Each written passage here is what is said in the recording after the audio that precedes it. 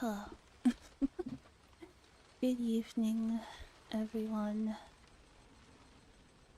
Hello, Tinny. Hello, Cody. What was I doing? Oh, yes. Hello, Jay. Hi. I'm good. I'm good. Well, let me move the sub goal over. If I can find it. Thank you for the headset. Oh, wait. The fishing. Yeah, I'm doing great. I hope everyone's doing good too. I forgot about your fishing.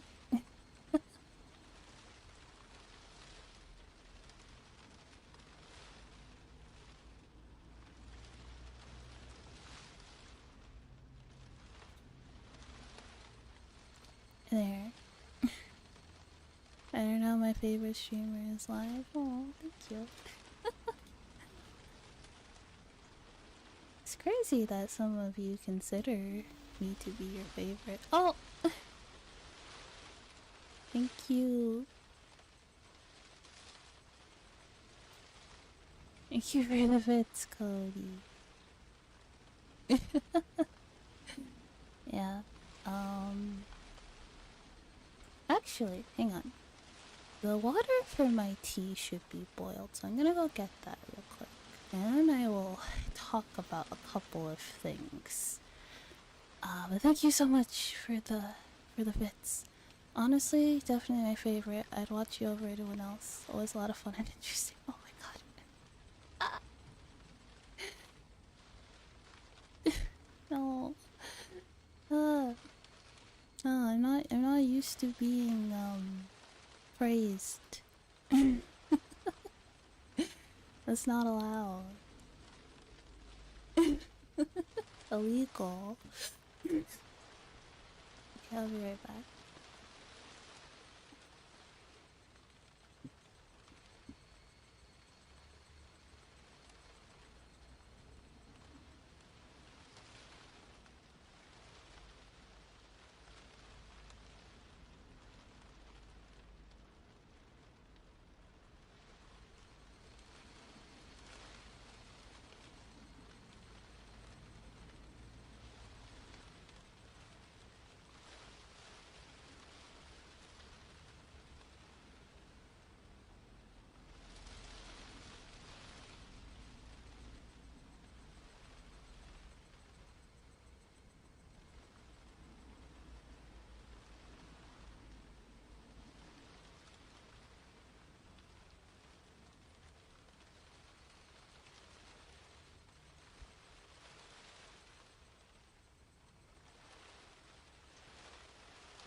I'm back. Well, before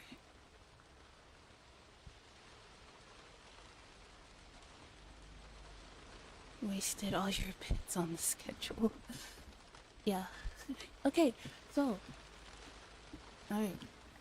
Before uh you make me have to read this in like a tsundere tone, there's something I wanted to tell everybody. So I've been working on getting everything ready for like a 2.0 debut. Stand proud for the Koala Army, yeah. Yes, and a handful of stuff is ready. However,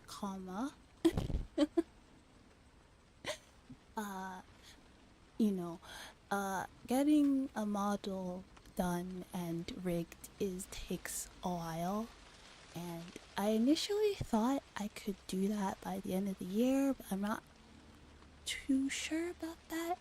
So, but I want to do something this year, especially for like my 2-year anniversary. I want to do something. So,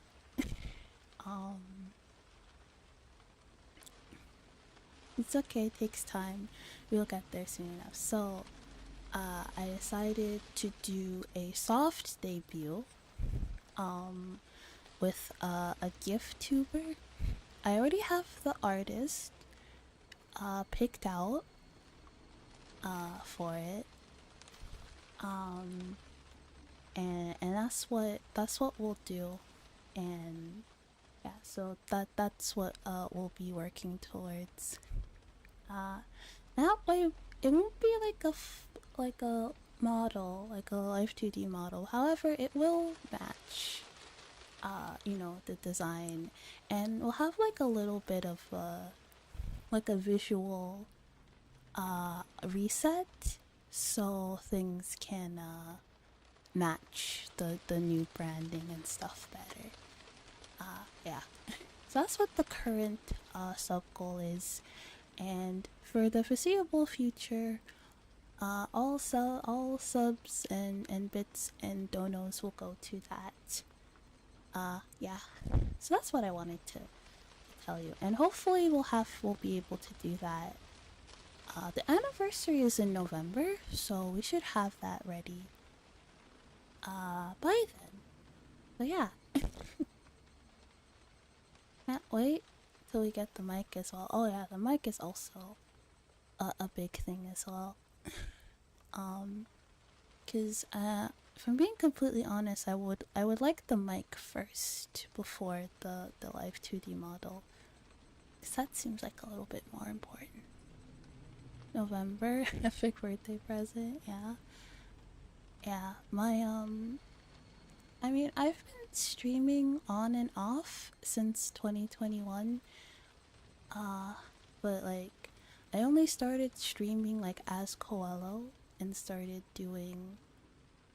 If I do 80 a week, like I intend, won't be too long. No, I will like put some money from my paycheck to the 3DO mic fund too, so don't worry about it. Um, but but yeah, I've been streaming for like since like 2021 on and off. Um, but I only started like streaming as Coelho and like actually like tried to like be a proper VTuber. I think it was November 14th, 2022 was like my first stream as Coelho. So yeah, for all intensive purposes, that is my anniversary date. Yeah.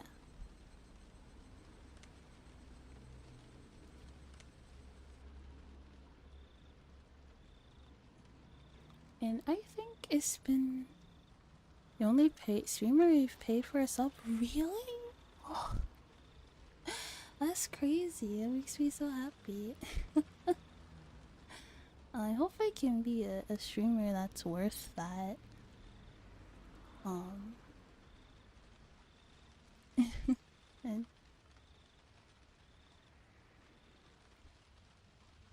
you already are. Yeah, I still do try my best every day to like work on improving. Like, I'm always like, what can I improve? What can I do better at? Feel like there's a lot of stuff I can improve on, but I do my best. That's all you gotta do. Give it your best. Yeah. Bye.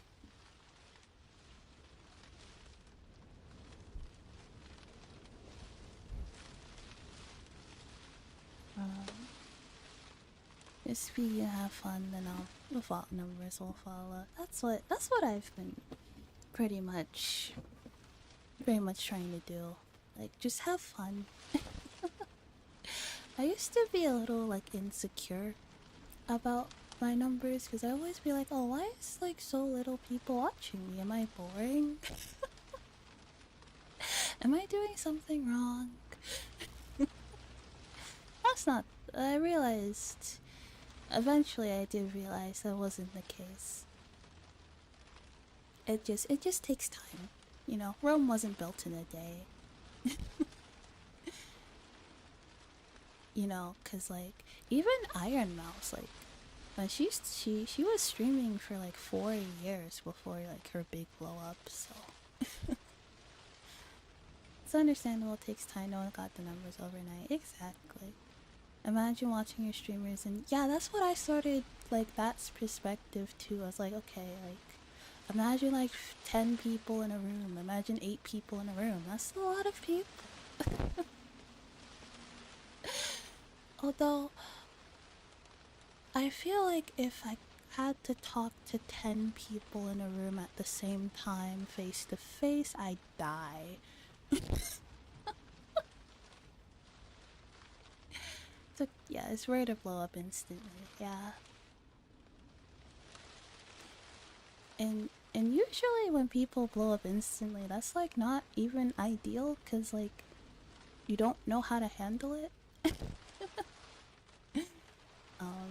It's not as much as people like want to get popular quickly. It's like I've seen like a lot of people who have got popular too quickly, and they tend to kind of like buckle under the pressure, and then end up taking a really long hiatus anyway, because they just weren't ready for it, you know.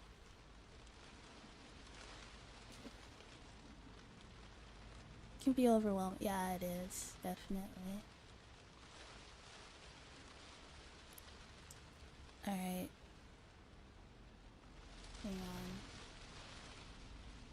I want to adjust the lighting. Air, very more spoopy.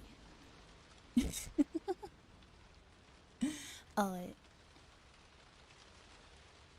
you're not supposed to see that. I'll let you peek behind the curtain. I had a restless night's sleep. I did nothing but turn over repeatedly during a night that seemed like it lasted for eternity. Glad you're here with us tonight, Ko. Thank you. I'm glad that you guys are here with me. Because time is very precious, so it makes me so happy that you guys decide to spend some of your time with me. Even then, I eventually fell asleep at some point, not realizing how high the sun had risen.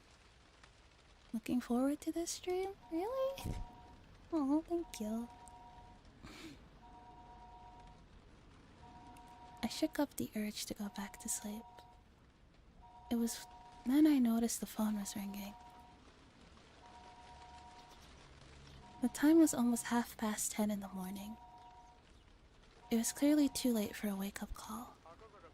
Akasaka-san? Good morning, it's Oishi. What does Oishi want? Waking up to the sounds of Oishi's voice was a little too much of a shock. My delicate ears were ringing. But thanks to that shock, I was suddenly wide awake.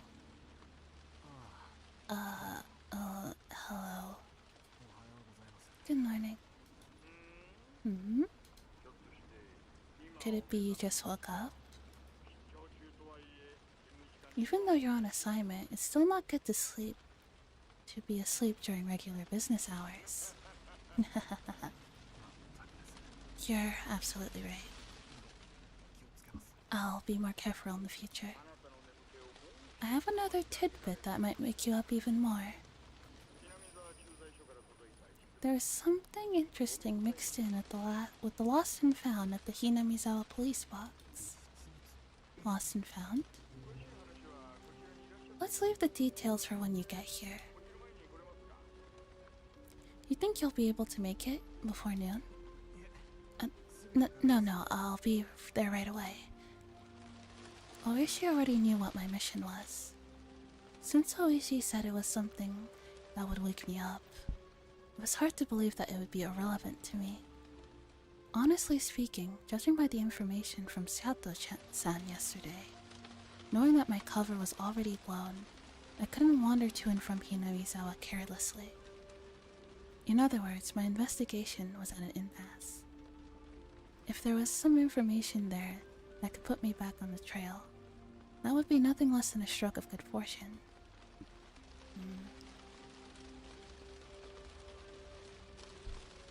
After vigorously washing my face, I pulled on my jacket and hailed a taxi, heading towards the Okinomiya police station. Hello, Cha-Cha, welcome. It's been a while. Oh, you're here. The Genius Mahjong player has arrived. My apologies for being late. So, exactly what popped up? With absolutely no intention of reminiscing about last night's Mahjong game, I pressed him to get to the point. Oishi, anticipating that I would act that way, cut to the chase without any resistance. Like I said earlier, something arrived from the Hinamizawa post office lost and found this morning. Lost items that were turned over to the police box were sent to Okinomiya police station after the paperwork was filed out. Oishi pulled out a plastic bag from the drawer and laid its labeled contents on the desk. Is that a wallet? Indeed. There was small change inside, but no bills. We thought that a pickpocket threw it away after pulling out the contents. At first. I didn't understand how this wallet, so removed from Tokyo, could possibly be related to the kidnapping. If I had drawn Oishi's attention, it would have to be something dramatic, like if the wallet belonged to the missing grandchild. That would be absurd. Like something that convenient would happen. If it was, then there are probably initials written on the wallet. Like the initials of Toshiki Inukai, the minister's grandson, T.I. Thinking like that at this point, I didn't suppose that this wallet was something that Thinking like that at this point, I didn't suppose this wallet was something that would get Oishi so excited. Oishi, after pulling on a pair of disposable plastic gloves, handed me a pair of the same. I didn't feel like this wallet was such an important thing, so I had my doubts about whether there was any point in putting on gloves. However, I didn't want Oishi's intentions to go to waste, so I put them on. Oishi opened the plastic bag and pulled it out, showing me the back. Just as I imagined, there were initials engraved there. But it was slightly more detailed than I thought, with Toshiki I marked on it. Oh, so it is the minister's grandson's wallet. Oishi grinned at me with a look on his face that said, "See? We can't confirm that this belongs to the minister's grandson," I informed him calmly. This wallet was irrelevant. It was nothing more than Oishi's over-eagerness. First of all, there's absolutely no way, in this distant locale, that the missing grandson's wallet would be found with such convenient timing.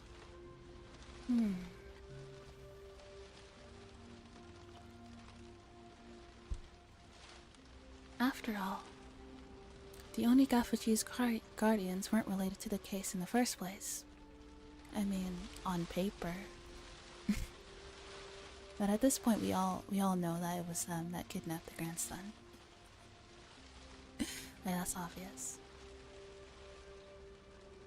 So there's no way this wallet belonged to the grandson. Why I wanted to decide that was the case even, I don't really know. Even though that should have been a top secret case, even though what would have been a top secret case was leaked before I had even been dispatched. In this situation, how could I say it was definitely unrelated? Would it be more prudent to pay more attention to this wallet? It had only been a couple of days since I arrived in Hinamizawa. But in those couple of days, due to a number of remarkable events, my nerves might have been just a little frayed. Shaking my head slightly, I cleared it of unnecessary thoughts. Oishi opened the wallet's zipper, revealing the contents. Inside was a small small change and a number of crumpled receipts. Oishi from that jumble found a folded card. Seeing that, my heart stopped for a minute. Is it like his student ID or something? It was a card from a dental examination. The name Toshiki Ikukai, and the age. A perfect match. The dentist's location was in Tokyo. There's the smoking gun. There was no need to examine any further. How far was it from Tokyo to Hinamizawa? Getting cozy. It was far enough that taking the bullet trains and cars would take several hours. That's good. Why would a wallet with a dental examination card from Tokyo inside show up in Hinamizawa? Could it belong to a tourist who came from Tokyo? Or maybe a villager on vacation to Tokyo just happened to pay visit to the dentist? No, it had to have fallen into somebody's bag by accident. In my mind, I desperately struggled to find a possible excuse as to why this wallet didn't belong to Toshiki Inukai. It was as if it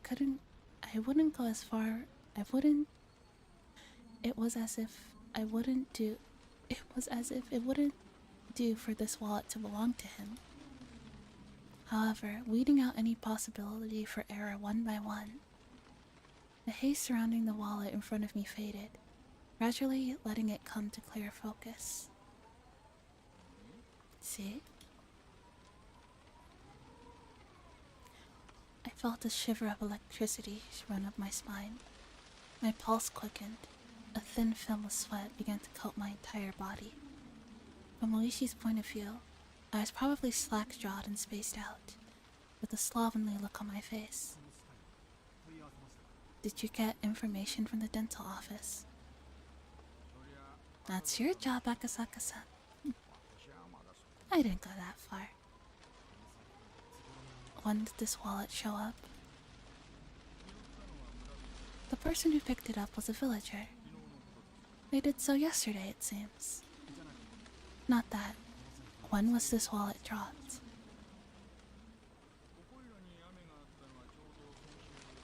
It rained here last week, exactly 7 days ago.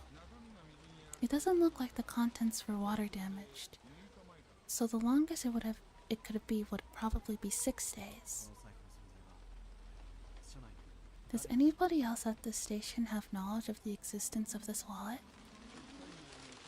The officer who first encountered it at the Hinamizawa police box. Yeah, the plot is thickening. I mean, we already know that it was the Hinamizawa fighters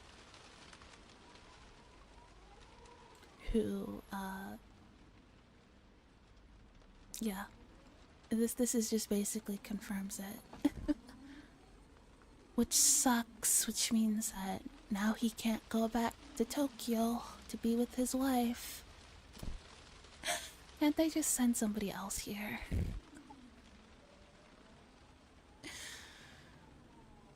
Just send someone else here. He has a wife, and she's literally in the hospital. She's pregnant. If his wife doesn't get eaten, or whatever ominous shit that Rika was talking about. Poor guy, tag someone in. Tag out, please. The officer who first encountered it at the Hinamizawa police box, and also the 2 or 3 people in charge of the lost and found. Yeah, it was fucking creepy. It just like goes from, just being a cheerful little girl to suddenly talking. You know how, like, I just realized, how, like, fucking creepy it would be if, like, like a fucking, like, a 5-6-year-old child is, talking like a 6-year-old child, as they do, and then all of a sudden they're, like, speaking like a grown woman. Wouldn't that be so creepy? like,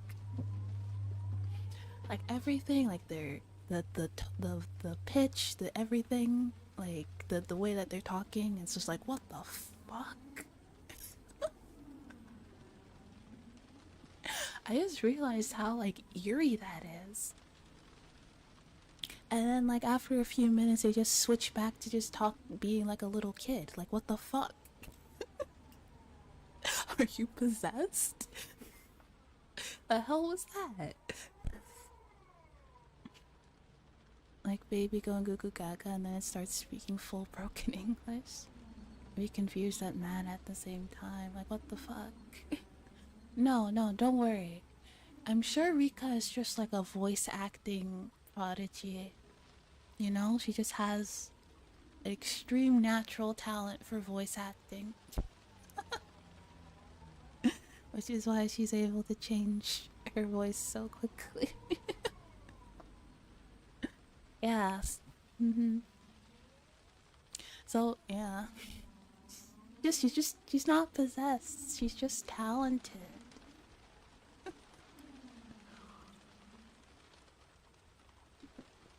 It's fine. The officer who just encountered it at the Hinamizawa police box, and also the 2 or 3 people in charge of the lost and found. Other than that, it's just me and you. You're super talented. She should be an idol or something. Yeah. Well, apparently she already has like a natural charm about her.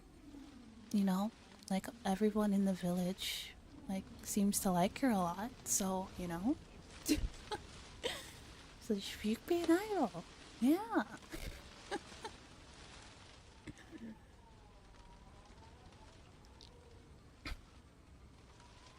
If it's involved in a classified case, it'd be bad to think about, wouldn't it? I wouldn't want to wag my tongue. I didn't intend to wag my tongue. May I borrow a phone? Go ahead. Dial 0 to get an outside line.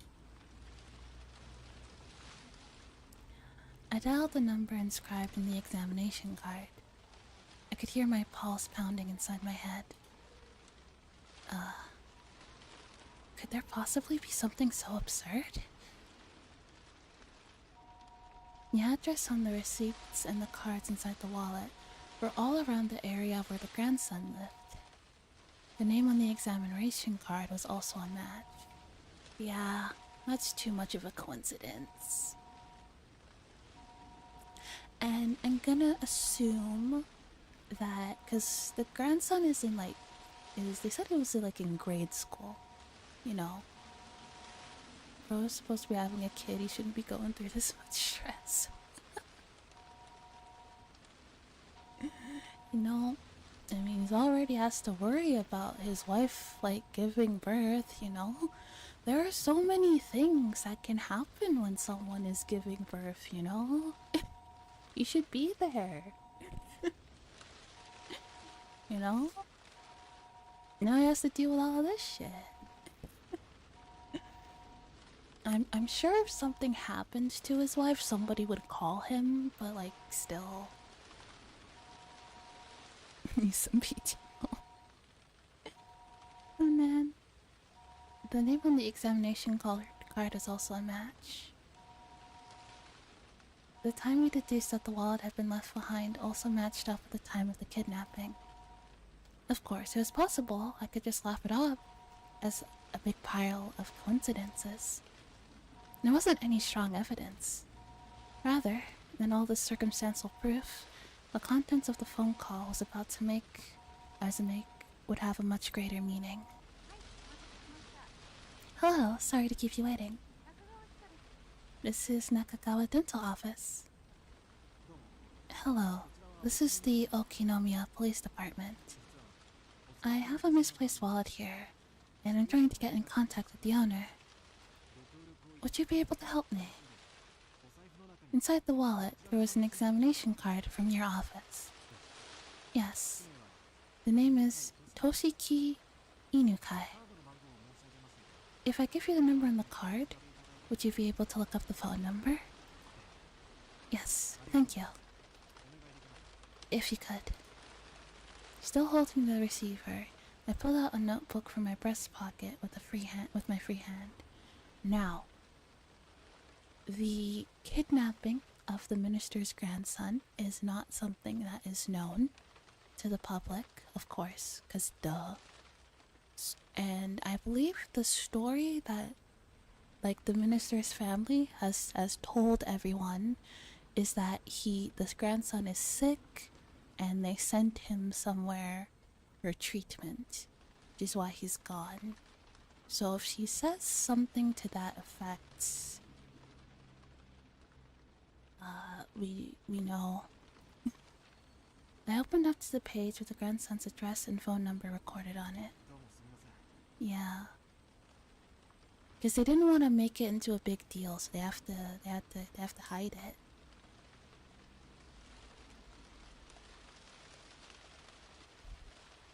Yes, hello? Yes, go ahead. Yeah. I compared the phone number written in my notebook to the one being read out on the other end of the line. It's a match, isn't it? During that process, I spun around to look behind me uneasily. I locked eyes with Oishi. Oishi looked puzzled, wondering what the matter was. Why would I feel uneasy? Oh, hello, radio. Are you on YouTube because you're going to fall asleep? Yes, Koala is very cute, aren't I?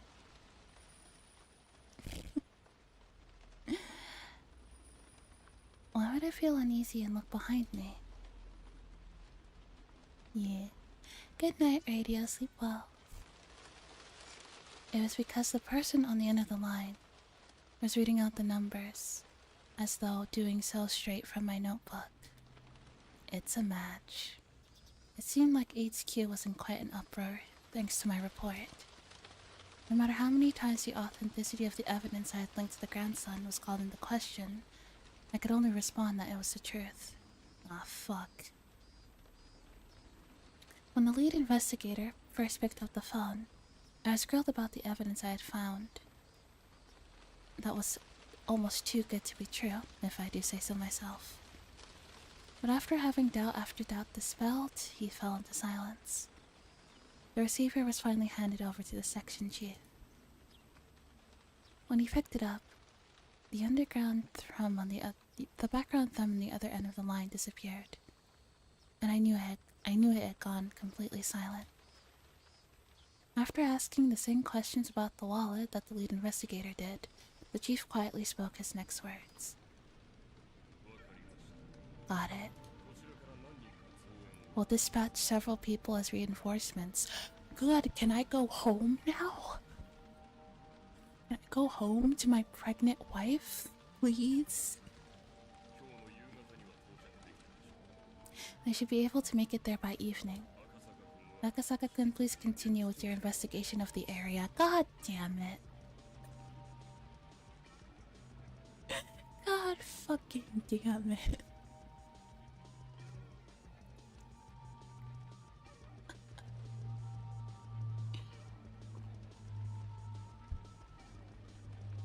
My child and wife, though, please. Get some information on the spot where the wallet was found. Ao-san will collect some people and head directly there. The fact that he was sending Kano, the lead investigator, here meant that the chief had decided there was a possibility that the Onigafuji guardians were somehow implicit in the kidnapping. However, I felt it was enough, and I felt as though until the lead investigator, whom we trusted, had verified the evidence with his own eyes, he was still going to be skeptical about it. Poor guy, this is gonna get deeper and deeper. It is. It's only gonna get worse. He's too entangled now. Yeah, 'cause he knows too much. Ugh. How'd it go? It seems that HQ is sending reinforcements. I was ordered to investigate the area. Where was the wallet dropped? Around Takasudo, apparently. This is Okinomiya. And all the way over there is Hinamizawa. Then, even further upstream, way up around here, is Takasudo. Oishi explained where the wallet was found by pointing to the locations on a map on the wall. This place called Takasudo was even more remote than Hinamizawa was. Do you think that's where they're keeping the grandson? There's hardly anybody living in the area around Takasudo. It was deserted a long time ago. Yeah, not... A remote, deserted place sounds like a perfect place to keep a hostage victim. If you're not trying to get caught. It's littered with abandoned houses. It's also quite desolate around here. Actually, I think you're right. They're talking. It's deserted, exactly. Oishi-san, could I ask you to guide me to Takasudo? Yeah, I don't mind. You can't really get around in. You can't really get in and out of Hinamizawa as you please by yourself, after all. Of course, you'll have to wear the cap and mask again. That Oishi had agreed to accompany me was very assuring. If Sato-san's info was to be believed, my cover had been blown. I wasn't sure if the villagers had realized that the fresh meat dispatched from the public safety was the tourist that had visited the village yesterday. In other words, me. But deciding that they hadn't noticed would have been overly optimistic. Given a cursory thought, Takasudo, where the wallet was found, couldn't be ruled out as a hiding spot for the kidnappers. The Takasudo area didn't have any residential buildings, nor was it alongside a highway. There wasn't a reason for even the locals to go out of their way to visit it. It was exactly what you would call a long-forgotten ghost town at the end of the road. Suspicious. You couldn't ask for a better place to hold the kidnapped grandson. Also, you couldn't get to Takasudo without passing through Hinamizawa first. Those several conditions made the area all the more important. I couldn't brush it off any longer. Suspicious. Very. That's suspicious. That's weird.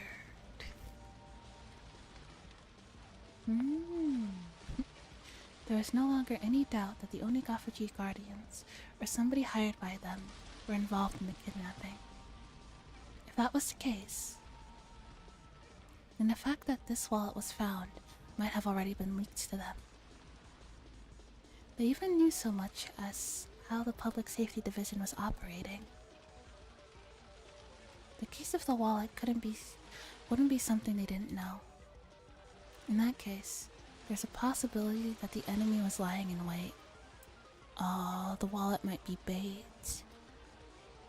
To dive alone into enemy territory surrounded by enemy territory, to say the least, required an amount of courage, nay, recklessness, I just did not have.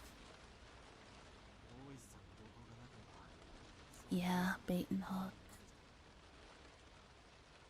Without your company, Oishi-san, I wouldn't be able to step into the village so easily. Thank you very much for your cooperation.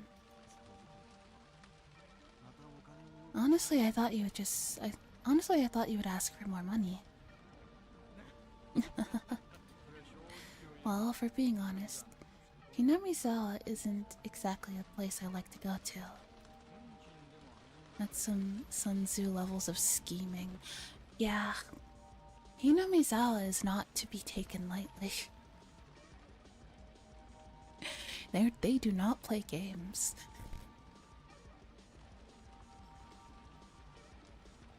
I'd at least appreciate it. I really appreciate it if you pay for the cafe. Au revoir, no joke. Yeah.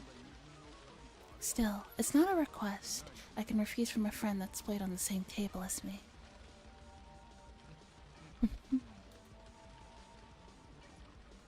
Oishi grinned as he pounded me on the back. It struck me that he just didn't want to jump ship, rather than having any sort of sense of duty towards his job.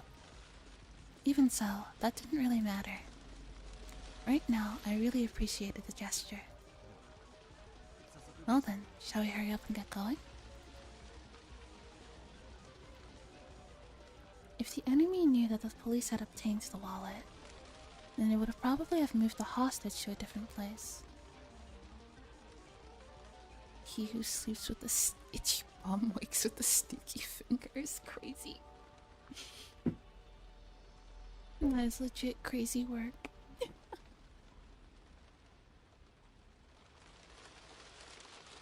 I wanted to move over a little bit.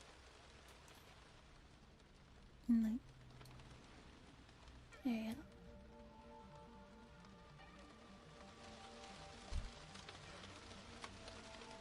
Then they would probably have moved the hostage to a different place.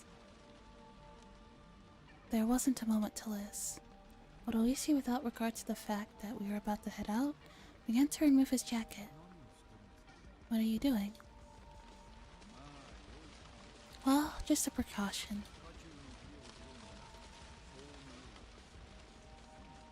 If you want me to poke the beehive to get your honey, I have to be rather well prepared, you see. Oh, the vest. Do you want to put one on too? What Oishi pulled from the drawer below the desk was a stab-proof vest.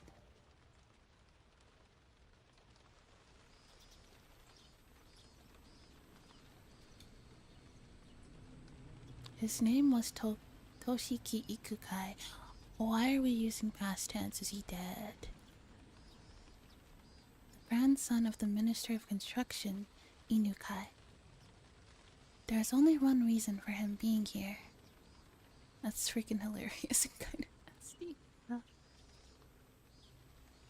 If he didn't include gym or art class, his grades were above average. That was the result of having private tutoring sessions twice a week.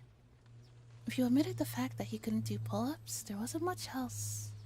There wasn't much else that would make him hate school. I mean, who wants to do pull-ups? Of course. He understood full well that his grandfather was a cabinet minister. He also knew that not too many people were that interested in their relationship. He didn't like to go out of his way to bring up his grandfather, or to call him the Minister of Construction. Pull-ups are good. I mean, I guess to like... To a little kid, like, it doesn't matter what, like, job the grandfather has. Like, he's just his grandfather, right? And finally, he at least tried to show a little... And finally, he at least tried to know a little more about the kind of work that the Minister of Construction did than just your average Joe. And what that entailed was that when you tried your best to make life better for the masses, sometimes you made a few enemies. He knew that all too well from the time he'd spent as class representative. His grandfather had many enemies. He knew that he might personally catch some of that fallout, so he had to be twice as cautious. He was taught that by his parents. That's why, the moment he was kidnapped, he instantly knew that was one of those precautions. He understood that he wasn't going to be treated as Toshiki Inukai, the person, but rather as Toshiki Inukai, the grandson of the Minister of Construction. That he wasn't personally at fault, but that this was the result of some unavoidable trouble with his grandfather's work. It made little difference, but when he realized that it wasn't because of anything he did, he was able to relax, if only a little. Of course, at first he was struck with a terror befitting of his age, wondering what was going to happen to him. But after a while of being tied up, and only be able to stay laying down, he began to ponder a great many things. First, he thought about the reason he was being abducted like this. He understood the answer to that easily. He was taken hostage to coerce his grandfather, the minister. There's no doubt about that. He didn't know exactly what the Minister of Construction did, but it was easy to imagine that there was much to be gained from threatening him. He respected his grandfather more than most.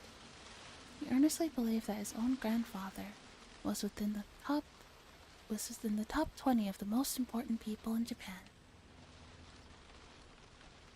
That was exactly why he wouldn't forgive anybody who tried to threaten his beloved grandfather.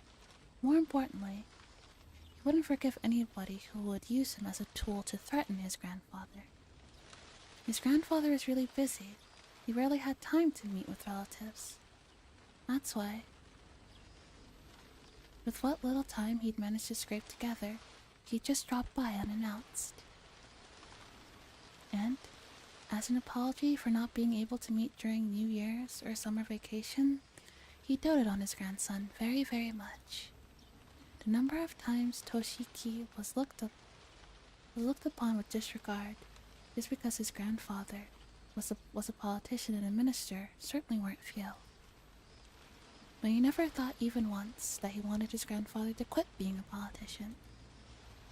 Because this was his beloved grandfather, he wanted him to continue his career as long as possible from the bottom of his heart. Oh, what a sweet boy. However, Toshiki was now being held hostage, and his grandfather was being threatened. His grandfather, who called him the apple of his eye, was surely suffering.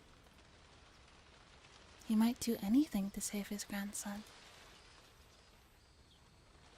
Maybe even putting aside his ideology if it was required to save his grandson. He might cave to the culprit's demands if it meant saving his grandson. When Toshiki thought about that, an inexplicable anger welled up within him. In his current situation, he was unable to forgive the cowards who would make his beloved grandson suffer by using such dastardly deeds. That feeling welled up inside him, displacing the fear. What he thought of first was something any boy would imagine. If it came to my family, I'd give up if it meant getting my family back. Yeah. Most people would. Yeah. You'd be like, okay, fine. Alright, you win. I'll do whatever you want. Just bring him back, you know? Get out of these bonds, beat up the bad guys, and then hand them over to the police. The images of all the brave heroes from all the manga he had read passed through the back of his mind. In his imaginary scenario, he slipped his bonds easily, floating like a butterfly to evade his captors, then stinging like a bee to bring them all down. In the end, it was nothing more than his silly little fantasy, but with his vision obstructed and unable to see anything, it was something he could get into. It was something he could get into more than any anime at the moment. In actuality, he was enjoying these scenarios in his head. For the long period of time he was tied up, his captors hadn't really done anything to him that they would feel sorry for. However, eventually he began to grow tired of his fantasies, and more realistic scenarios began to run through his head. Hello, Arlie, welcome. As when he realized that none of them were a solution. Yes, he wanted to do something for his grandfather who was being threatened.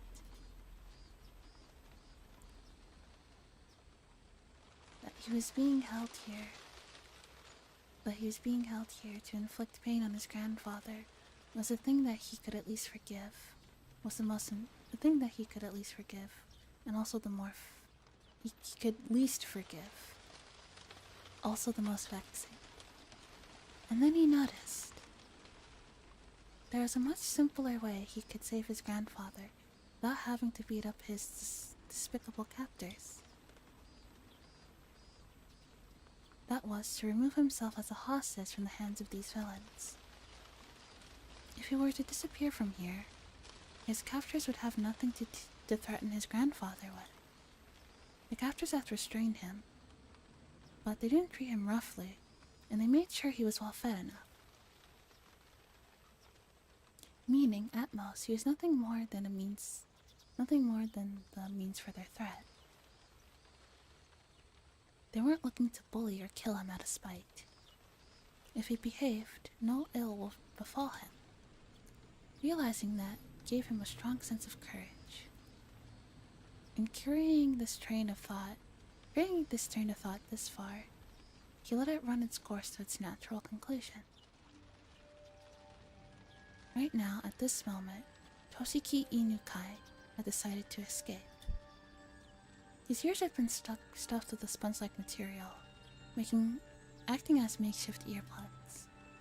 However, they didn't actually do much to block out any sound, and he could overhear everything the captors were saying. Thanks for that. Head pat, Jay. Don't forget you're doing great, cuz. Thank you for the streams you do. Oh, thank you. I'm doing my best. I'm glad you guys enjoy them.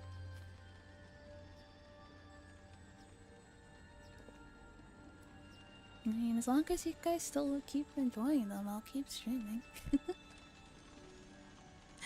And thanks for the hydrate.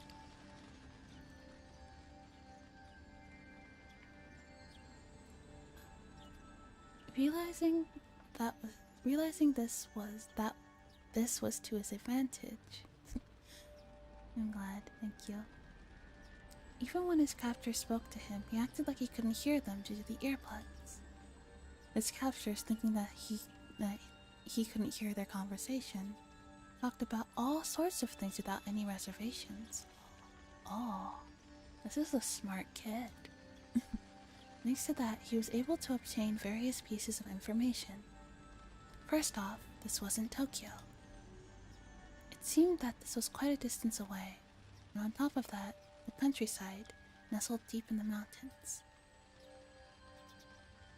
He also seen that his captors were inconvenienced living out here, so he could deduce that this place was far removed from any sort of town. Finally, whenever they went out to buy food or other supplies, they would always take a car. That fact caused him some dismay. Because he knew that the method he learned at school of running around blindly while shouting for help wouldn't work here. He paused his little mental escape scenario there. The ultimate goal was to find somebody who would help him. If somebody who fit that description wasn't close by, his chances of escaping successfully grew slim. A desolate, far-off land deep in the mountains. A place where you couldn't even go shopping without using a car. In this situation, escaping would be very difficult. He grew depressed, and after a little while he returned to his original scenario. Imagining becoming a hero like in the manga he read, beating down his captors became his respite. However, as he played out those solutions in his head, his heart, hating to surrender, continued to search for a way to escape. And then he thought of a way. If the goal was far away, all he had to do was get closer.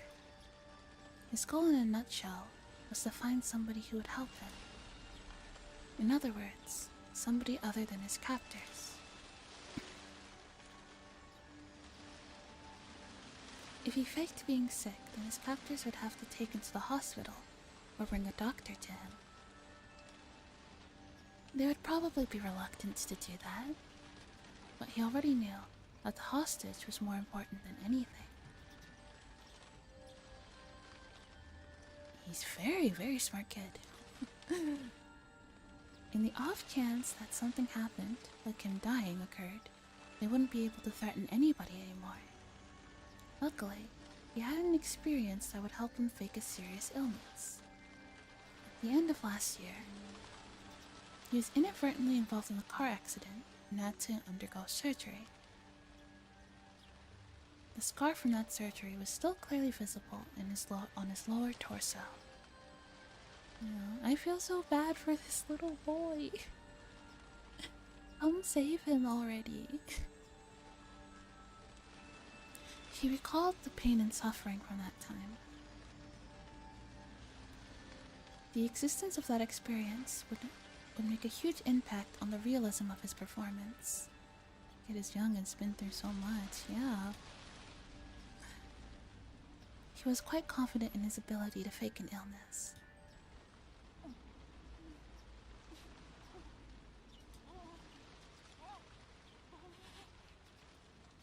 His captors at first took it as a sign that he needed to use the washroom. Untying his arms, they tried to bring him there while he was still blindfolded, but he didn't try to get up. His hands, now free, only clutched at his abdomen as he writhed in agony. Hey, what's wrong? Does your stomach hurt? He still had his earplugs in, so he had to pretend he didn't hear his captors asking the question. He was about to nod, so he hurriedly had to stop himself. What's the matter? Yeah, the kid's clutching at his stomach. Must be a stomachache or something. His captors looked down at his suffering form for a bit. One of them proposed a course of action, while the other laid his doubts that Toshiki might be faking it. What's wrong, boy? Your tummy hurt? His ears are plugged, so he can't hear you. Kid's smart, kidnapper's not so much. Yeah, that's working to his advantage. Well, that's a problem. Have you got any medicine that works on stomach pain? Might want to go to the pharmacy and buy some? When it comes to stomach pain, there's a bunch of different meds, isn't there? As long as we don't know the cause, we shouldn't just buy him any old medicine. He's holding his stomach, maybe he's just constipated? If I buy him some medicine for that, maybe that'll calm him down. It won't kill him if we're wrong either. Don't decide something like that on your own. It might be appendicitis or something. My uncle suddenly got it a while ago. That's pretty scary. One of the captors leaned over outside the boy, who was bent over in agony. I feel sorry for the kid. Well, his whole body is covered in sweat. Is it your stomach? Damn. Somebody give this kid an Oscar. Does it hurt? Hey, if it hurts, you shouldn't clutch it so tightly, you'll only make it worse. Realizing that his captors were concerned about his stomach, he inadvertently let his skirt ride up, actor of the year. Yeah, letting the scar from his surgery come into plain view. His vision was still obscured with the packing tape, so he couldn't see the reaction to his scar. But his captors were taken aback, and judging from their momentary silence, he had obtained the reaction he was looking for. Hey, this is bad.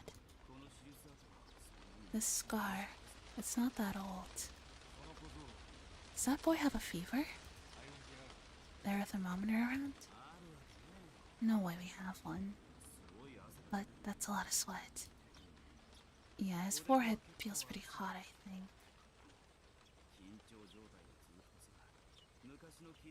I've heard that under prolonged stress, old wounds can be aggravated. Then what do we do? Are you saying that medicine won't work? We don't know what surgery this scar was from, but in any case, this is bad. In the worst case, it could be fatal. This is bad. This is really, really bad. Maybe we should have a doctor take a look at it? At this rate, there's a chance he might suddenly die on us. Toshiki Inukai, with those few words, knew that the situation was progressing exactly as he had envisaged it, and snickering to himself on the inside, Pressed his act even further. He's got them fooled for sure. Yep. He didn't even need to see to know that his captors were panicked and were running around with like chickens with their heads cut off at this troublesome turn of events. Should we take him to the clinic? No, that's no good. Probably better a doctor come here. Dr. Iria, you think? Is that okay? Will that be alright? It'll be worse if anything happened to the hostage. Nothing we can do. It's an emergency. Yeah, he was talking to the grandmother earlier. One of the captors hurriedly left in the car. Another of the men, completely shaken up at this point, wiped the sweat from his forehead with a handkerchief. It looked like they were bringing a doctor. As long as the doctor was an accomplice, that doctor was his goal. I mean, he didn't seem to know what Oryu was talking about when she kind of vaguely alluded to doing something, and she was laughing about it with Shion, and she didn't. And he didn't like react, so he was someone he could seek help from. Hello, cheeseburgers. Welcome.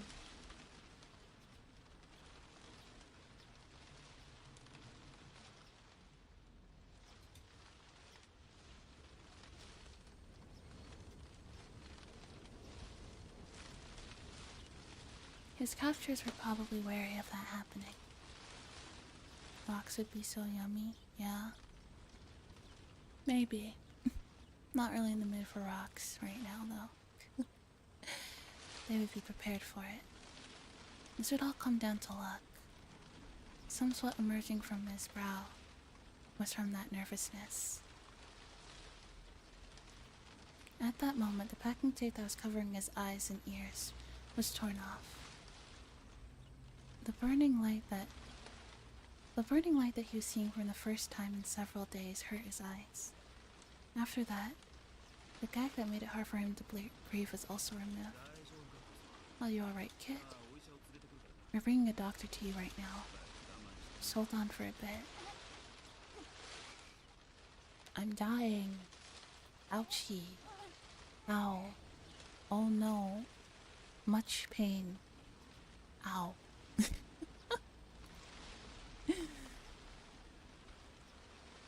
The doctor is coming. The doctor is coming. Now how was he gonna ask for help? And how was he gonna get away from his captors? A plethora of thoughts began swirling through his mind. I think you know this already. But don't say anything unnecessary to the doctor. I mean, it's not like he's gonna think that, like, this isn't suspicious. You know, it's a small town. So, like, he's gonna know that this child isn't any of yours. He's like, why are you guys in, like, the middle of this like, remote ghost town? Like, whose kid is this? What's going on? Like, it's already suspicious. We don't want to hurt you or anything. You understand that, right? Toshiki Inukai nodded while feigning pain and obedience. His expectations and the enemy's expectations. Whether they doubted he was faking his illness or not, or that they knew what his goal was and would try to stop it. His stomach contracted from the stress of this gambit, making it seem like his stomach was really was starting to hurt. No, it really was. But there's no reason to panic. If it failed with this approach to the doctor, there's nothing to lose. If there's something to lose, it was this method of faking illness to get in touch with the doctor. If he could think of other methods from here on out, it wasn't much. But at the present, this was the easiest and most dramatic way he could think of. The more he thought about it, the more it looked like this was his first and last gambit. Eventually, he heard the sound of a car approaching once again. The sound of the car being hurriedly opened and shut. The sounds of several footsteps approaching. Oh, there he is. A young man in a white medical coat. As he acknowledged the boy, a suspicious look showed itself on his face. Oh, what's going on here? Who's he? He's not one of the kids from the village, is he? Oh no. He would know. If he's the town doctor, he would know. The captors didn't respond. From the looks of it, the young doctor had realized this was an abnormal situation. The doctor is too smart for his own good. One of the captors talked threateningly. It's got nothing to do with you, Doc. For a while, the doctor and his captors slightly glared at one another. However, unable to stand the sight of the boy continuing to suffer, doctors, as his captors had hoped, didn't press any further. Go figure, thugs act like thugs. Yeah, it was apparently Mion's father who facilitated the kidnapping. And I'm pretty sure that, like, it's Mion's father that has ties to the Yakuza, so... Sounds about right.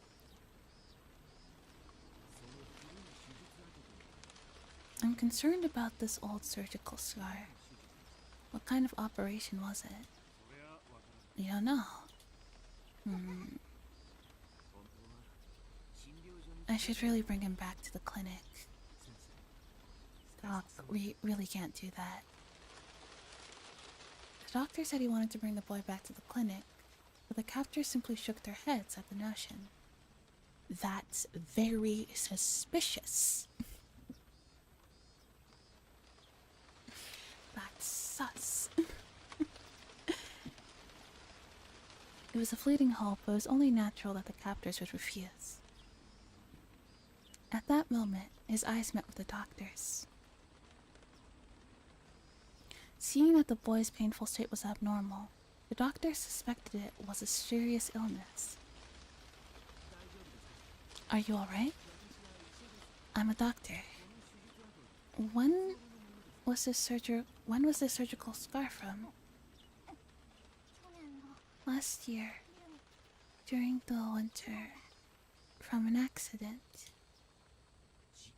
An accident. I see. This is a problem. You couldn't let the doctor figure out that he was faking it here. You had to somehow figure out some way to keep this going and tell the doctor he was being confined and needed help. I'm going to touch the affected area, okay? If it hurts, tell me where.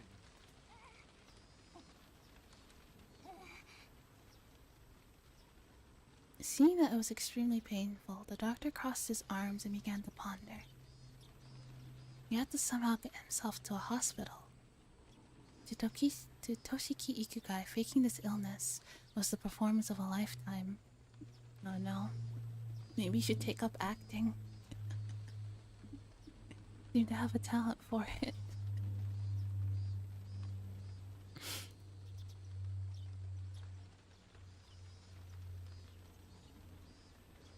I think it's the end of the chapter, it's the end of the scene, right?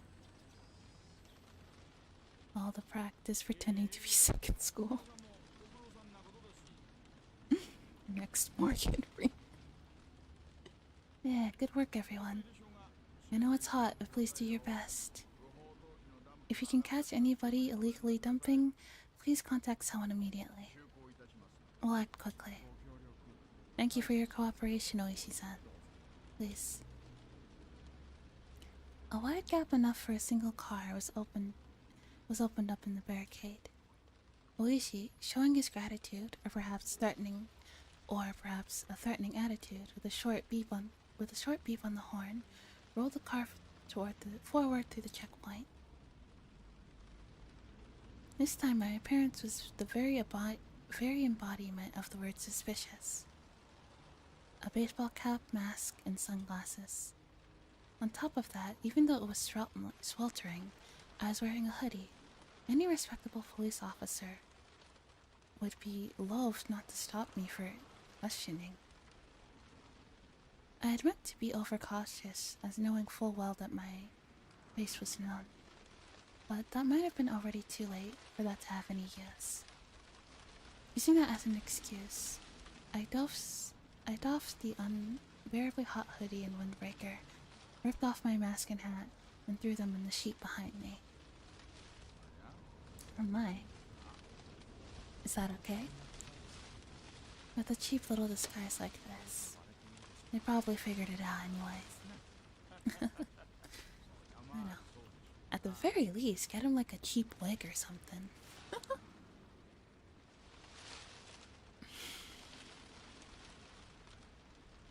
That just might be the case. Oishi, probably thinking that my unexpected behavior was funny, continued to laugh. The beautiful and pristine scenery of Hinamizawa spread out before me. Hello, evil grim reaper, welcome. Thanks for the first time chat.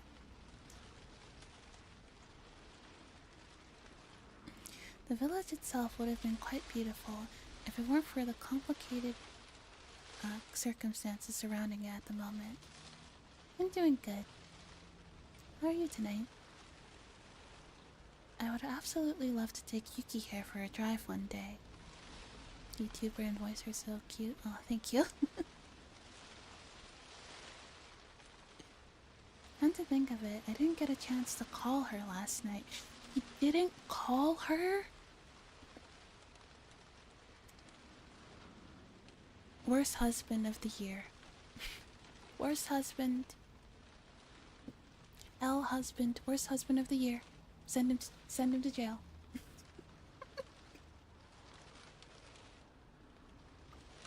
Horrendous.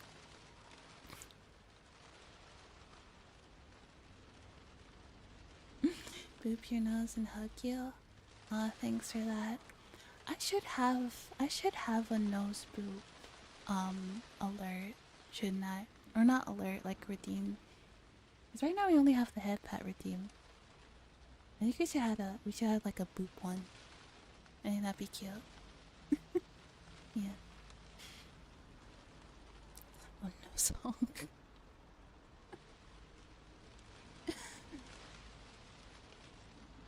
I played around with the idea in my head, but in reality, this village wasn't all sunshine and rainbows. Voice is so soothing and so gorgeous and sweet and soothing. I'm about to fall asleep to it. Thank you.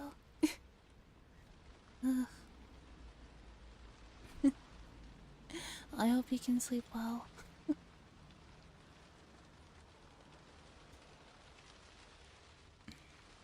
I heard everything at the prefectural headquarters. And you better watch out, yeah?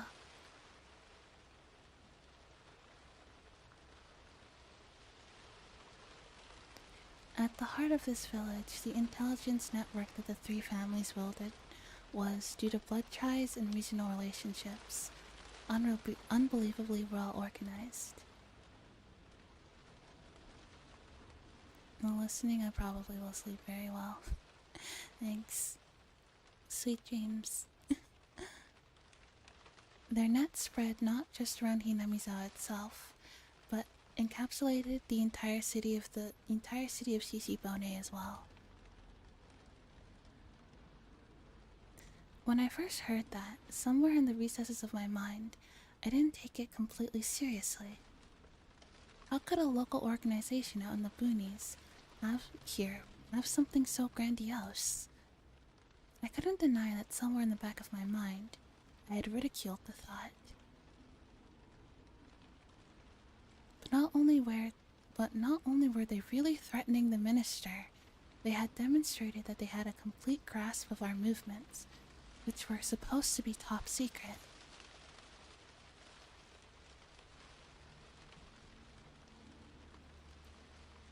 They were almost like the secret police that control a small Eastern European country like in some spy novel. The villagers here wouldn't bat an eye to getting their hands dirty if it meant fighting the dam project. I heard something like that about at the prefectural headquarters. Thank you for the hydrate.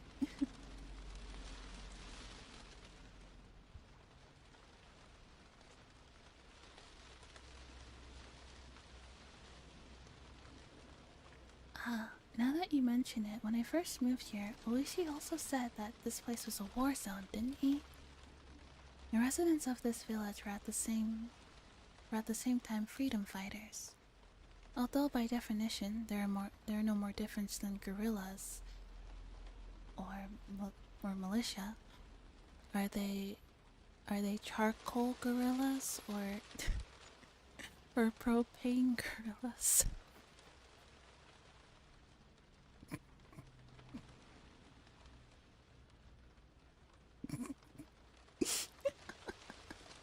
That was terrible and I'm not sorry.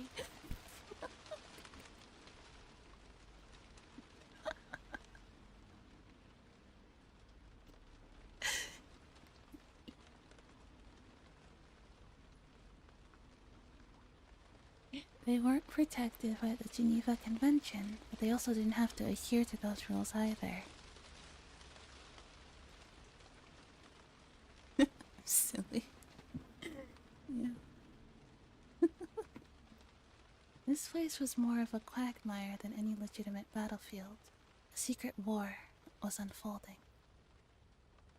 I could drive along because Oishi was with me. Goofy streamer. Yes, me.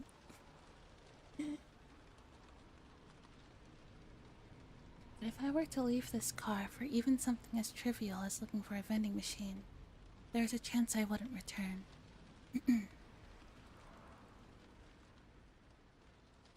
Even though a single shot had been fired, this was a battlefield.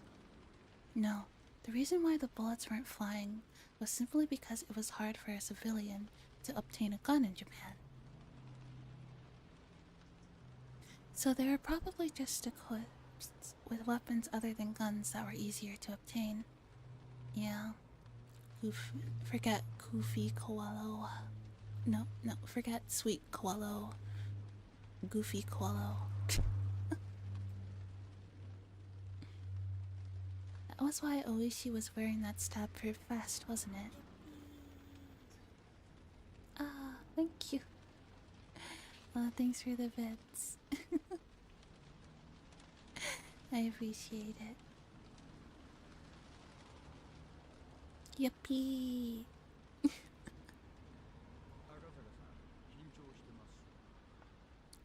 Nakasaka-san, are you nervous? The fact that I was apprehensive was of course picked up on by Oishi. If you already figured it out, there's no point in trying to deny or hide it. Of course I am. I'm glad you guys are cozy. That's my #1 priority. Silly, fun vibes, lighthearted vibes, and coziness. Of course I am. We're headed into the heart of enemy territory alone, aren't we? I'm worried about if something unlikely happens with just the two of us. Something unlikely? It'll be alright. Isn't everybody in this village our enemy?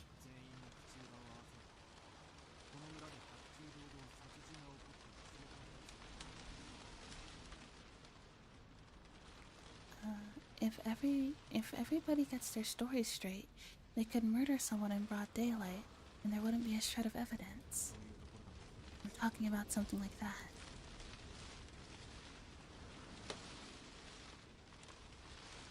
This was what the ironclad rule of not bragging into a Yakuza office alone was about. Barging into a Yakuza office alone was about. If there wasn't a neutral party involved, that area wasn't bound by the laws of common sense. Always the best at making us cozy. I try.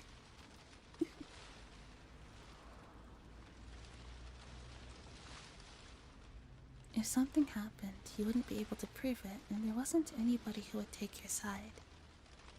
It was pretty much the definition of poking the bear. Rosy dreams, some good, some last, but most importantly, good dreams. Yes, that's my job as a dream courier. Deliver the best of dreams.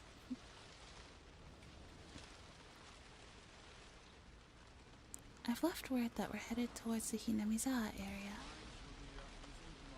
And in the worst case, we've also got a radio. I know you're scared, Akasaka-san, but it's not that easy to pull off the perfect crime. Oh, thank you for your hydrate.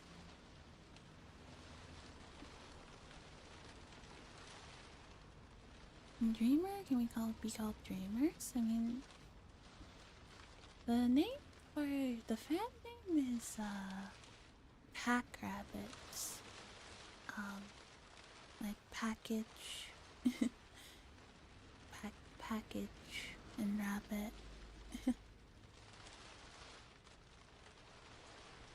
What's the current fan name?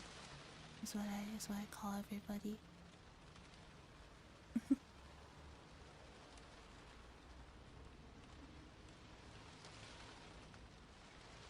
Yes, I know that, but it's meant we're all dreamers. Yeah, I can call you guys that too.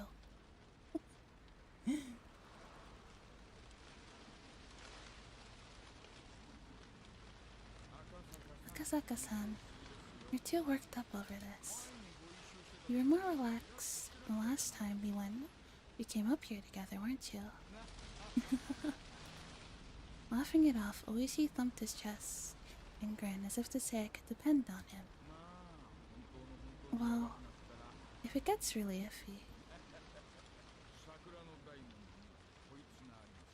This comes with having the badge. Oishi made a motion by sticking out his index finger. It was undoubtedly the image of a gun. Will that be of any use?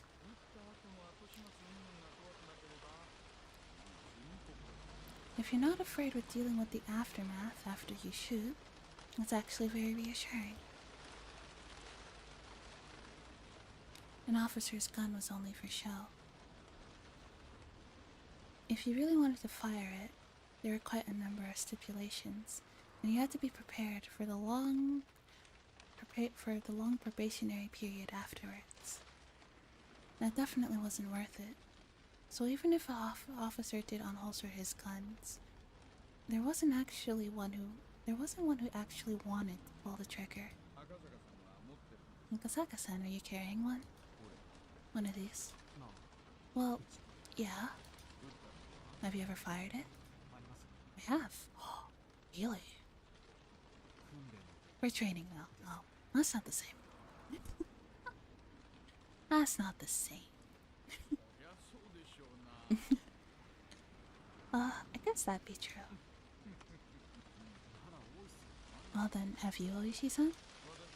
Me? Nah, there's no way. I don't believe you. What was this? I thought he was laughing at me because he had experience. The two of us laughed together. I mean, whether or not you intend to fire it or not, you are still bringing a gun to a knife fight. That is something.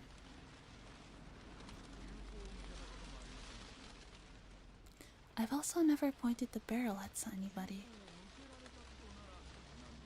Good luck with that. Oh no. I don't know. Like, sure, okay, sure, getting a gun in Japan is not easy, but I don't know. I feel like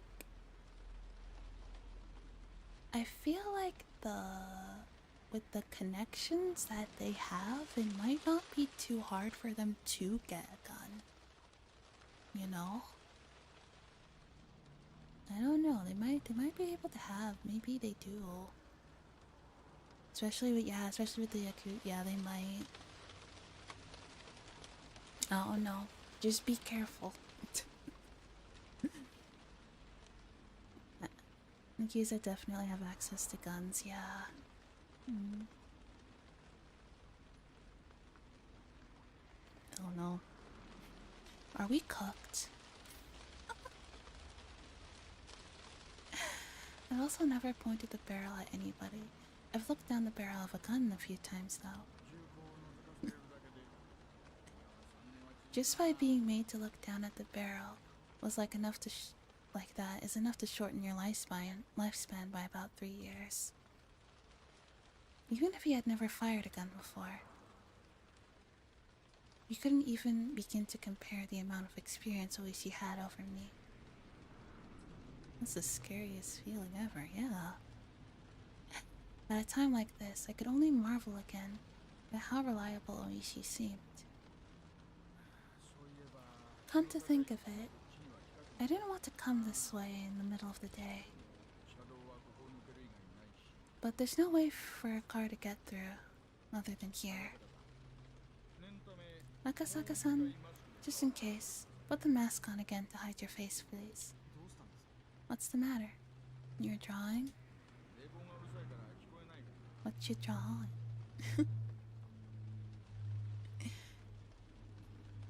Can you not hear it because the air conditioning is too loud? I'll turn it off. Try opening the window. When I opened the window, a blast of hot air blew inside. And then I could hear angry yelling coming from far away. At the moment, the forest gave way on either side of us, and our view expanded suddenly.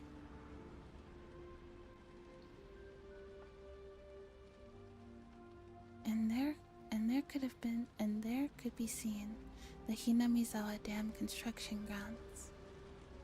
The very front line of the Hinamizawa village. We're absolutely opposed to the construction of the Hinamizawa Dam. The crackling bear of someone's voice sounded over an enormous loudspeaker. The roar of angry voices continued to rumble. The incredible volume had become a veritable sound cannon spewing its ammunition. The prefabricated site office was surrounded by 2 sets of high fences laced with barbed wire. Lined up on the front of those fences were riot police in their vehicles. And surrounding it all were the villagers. They howled out their protests against the dam as a single entity. Oh, there's not too many of them today. We're in luck. That's not too many? Yeah, when there's a lot of them, the crowd reaches as far as the road. You won't be able to even inch forward in a car. At first, due to their overwhelming intensity, it looked to me like there was more people than it actually was. But upon closer inspection, there was almost 50 to 70 of them. Wow, with so many opposed, how did they get away with this? Because Hinamizawa is a small town. It's just like a little town. And they're probably like, oh, well, if we flood this like one small town to build the dam, like who cares? What is like, they're like, what? It's only like what? It's only like a couple hundred people living there at most. They can just live somewhere else. Just buy a house.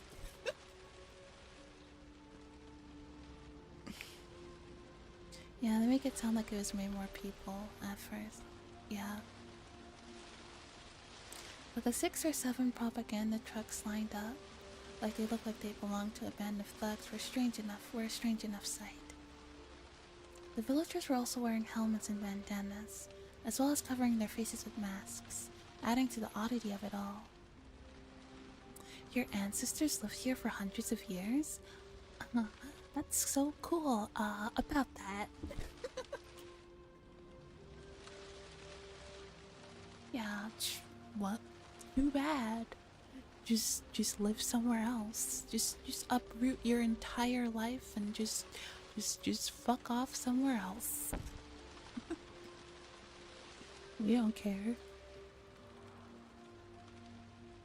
The propaganda trucks, after praying their chorus, had their volume turned up even higher to begin and began to flood the area. Bruh. That sounded like slap. It should be. Weird that they don't go off. Bruh. Yes, hi, hello. Super Hunter, thanks for becoming a pack rabbit. Welcome. To say that the noise was downright violent would be an understatement. From this distance, it was still this loud. The glass in the office is probably rattling from the noise.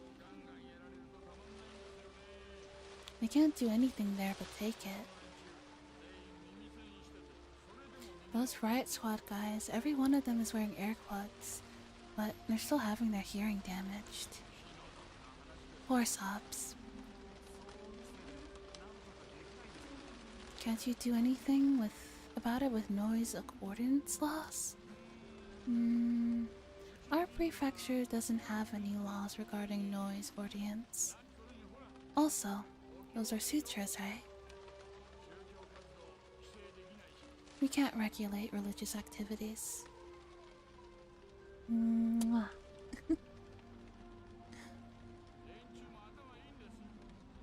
Those guys are pretty smart.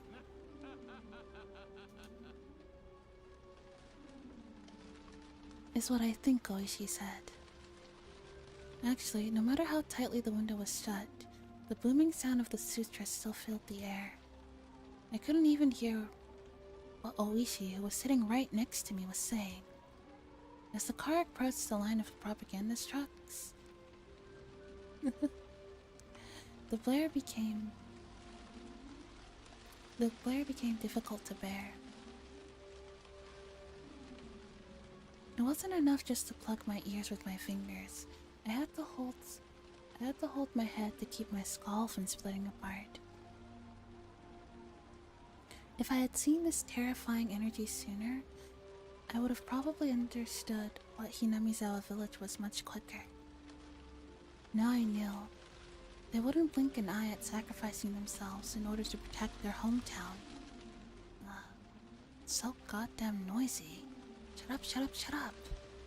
My head throbbed and I felt like it was gonna split apart. My eardrums crackled, and on top of it all, I felt like I was gonna throw up.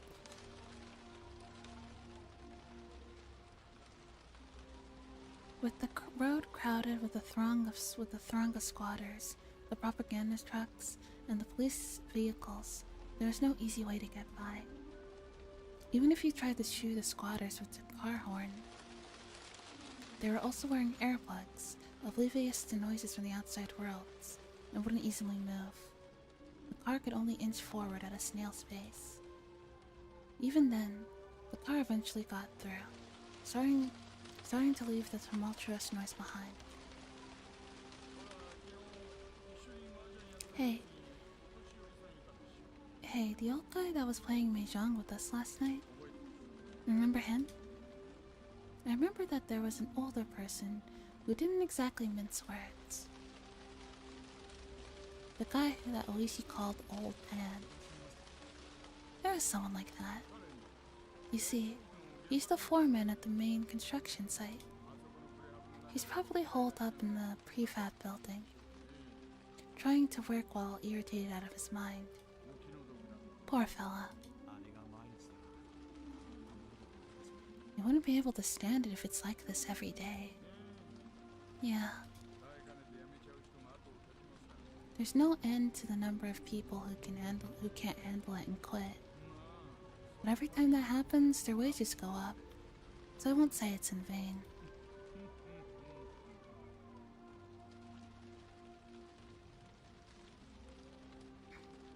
Even having to deal with all the noise and hostility, they still made a wage that Oishi found enviable. Oh no, you'd have to pay a lot of people like a lot of money to put up with this for like how many hours a day? Like an 8, 9 hours a day of like listening to like all that constantly for hours. You have to pay them a lot. Yeah, I'm gonna need to be rich after this. Damn it, these guys. Can they hear it or can't they? Oh, hi, Teddy. What's she doing? It's Teddy. A group of squatters are in the way of the car. Oishi, significantly annoyed, laid into the horn, but there's no indication that they are moving anytime soon. In this din, could they not even hear a car horn? Or did they hear it and were being malicious? If there were any riot police nearby, they would have made people move. It just so happened there weren't any around here. Ah, jeez. Just wait a minute. Oishi opened up the door. The hot air and the even more heated roar of the crowd spilled into the car. Oishi said something as he grinned wildly, but I couldn't hear what it was. He was getting them to move. Was he getting them to move? Something like that? Oishi stepped out of the car and closed the door. The dim faded slightly. I stared blankly as Oishi headed towards the group and started some sort of conversation.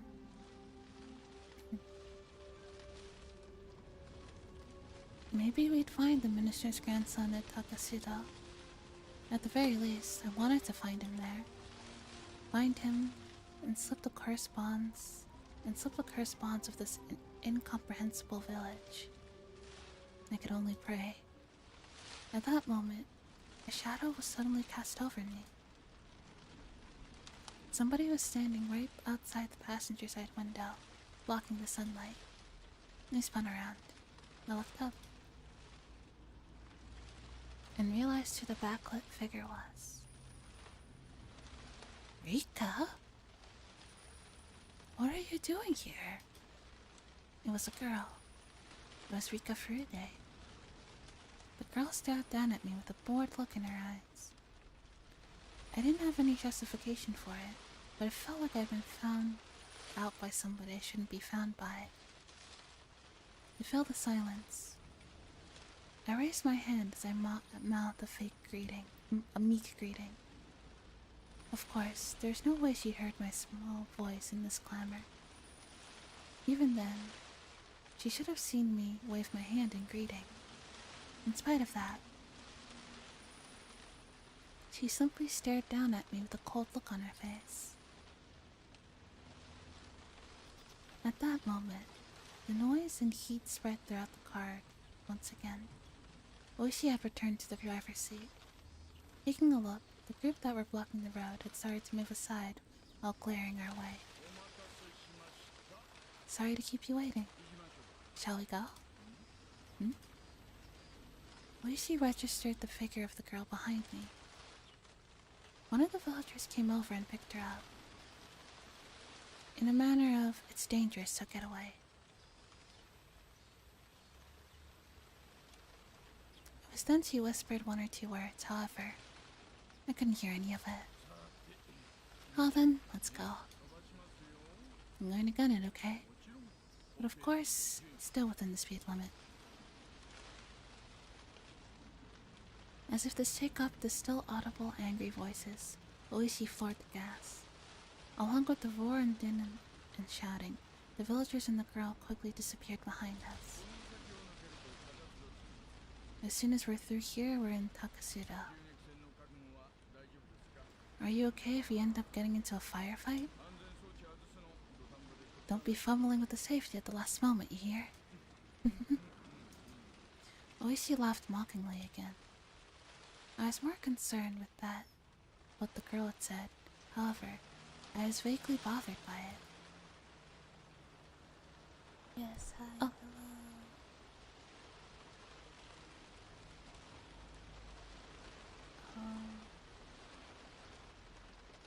I think in a dream. The real Katie?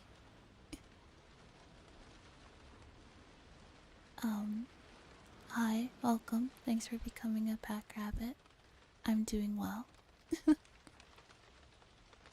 Kate, yes. Hello, Kate. Welcome.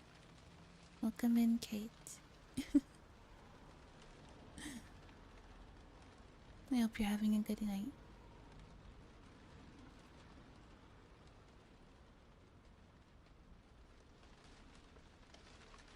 What was she trying to say with that apathetic and candid expression? Suppose it's normal if you're nervous from here on out. But if you don't deal with it, there's a chance you might do something rash. But there was no longer a way to confirm that what the girl had tried to tell me. It might have been that the girl who warned me. It might have been that the girl who warned me to go back to Tokyo again, or something else, was saying to me he was here now, ignoring that warning. Even though I had warned you. What a fool. I had the feeling she said something like that. Oh no. Oh no. I feel some. I don't like this. Evil Rika, yeah.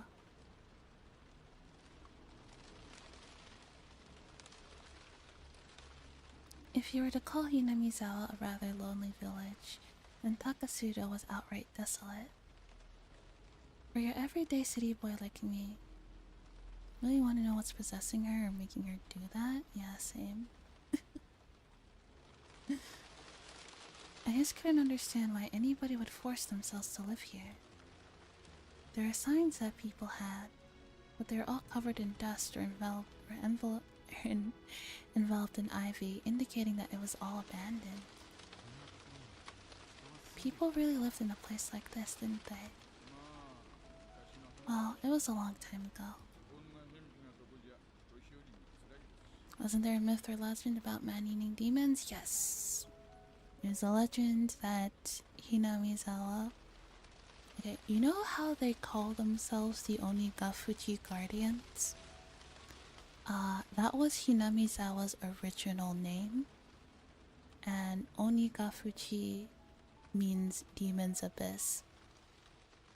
And it is said that long ago that Hinamizawa was a village of man-eating demons. Yeah.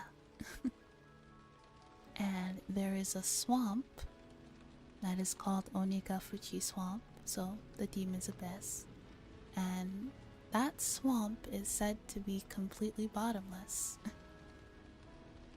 Yeah. An ancient spirit? Well, her family is like connected to the shrine, isn't it? Yeah, so it would make sense. Because her dad's the priest of the shrine. So it would make sense that she would have some sort of connection to that. Well, it was a long time ago. A remote place like this is pretty rough for old folk to live. And the younger people probably wanted to try living in a more suitable place. Yeah. If there's nobody left to take in the reins, it all gets left like this.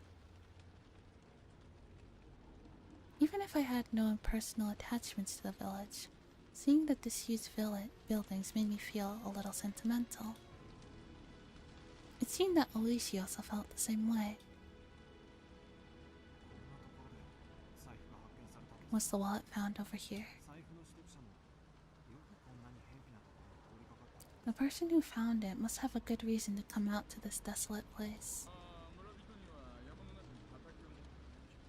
Yeah, there's some villagers who have a field out in the mountains here. They pass by here in the mornings and evenings. The villagers who work in the fields walk by here every day? No way. They probably go as far as they can by car. So in the early mornings and evening, they passed by here and just happened to find a single wallet? He probably did. That's suspicious. Where exactly did they say they found it? In a thicket just a bit further ahead. The person who found the wallet just happened to have some stomach cramps and was planning to use the thicket to do his business, it seems. That was where he happened to find it. Probably hoping there was some toilet paper in there. Well, I know who that person is. I don't know, that seems too convenient. Yeah, everything about that story just seems a little too convenient. Right from the discovery of the wallet, I just can't shake the feeling that something's off. I expressed that feeling I had from the start of the day quite frankly. It seems too good to be true, but it was unwavering proof. It was too perfect, sickeningly so. That was my feeling. You might actually be onto something by saying it's all a little too perfect. Meaning?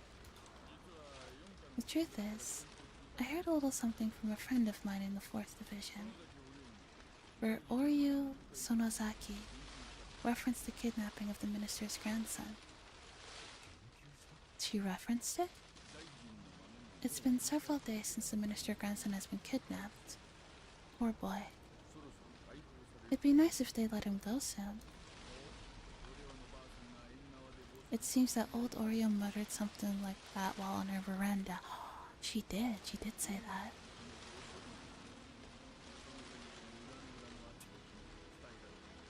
And that little musing was conveyed to the various people working deep behind the scenes at the Sonozaki family.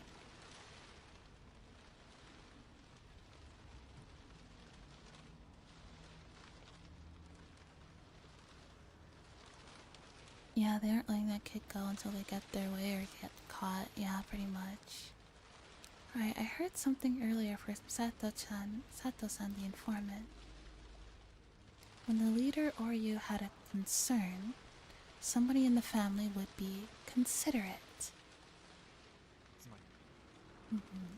It's not like she's actually telling him to do something.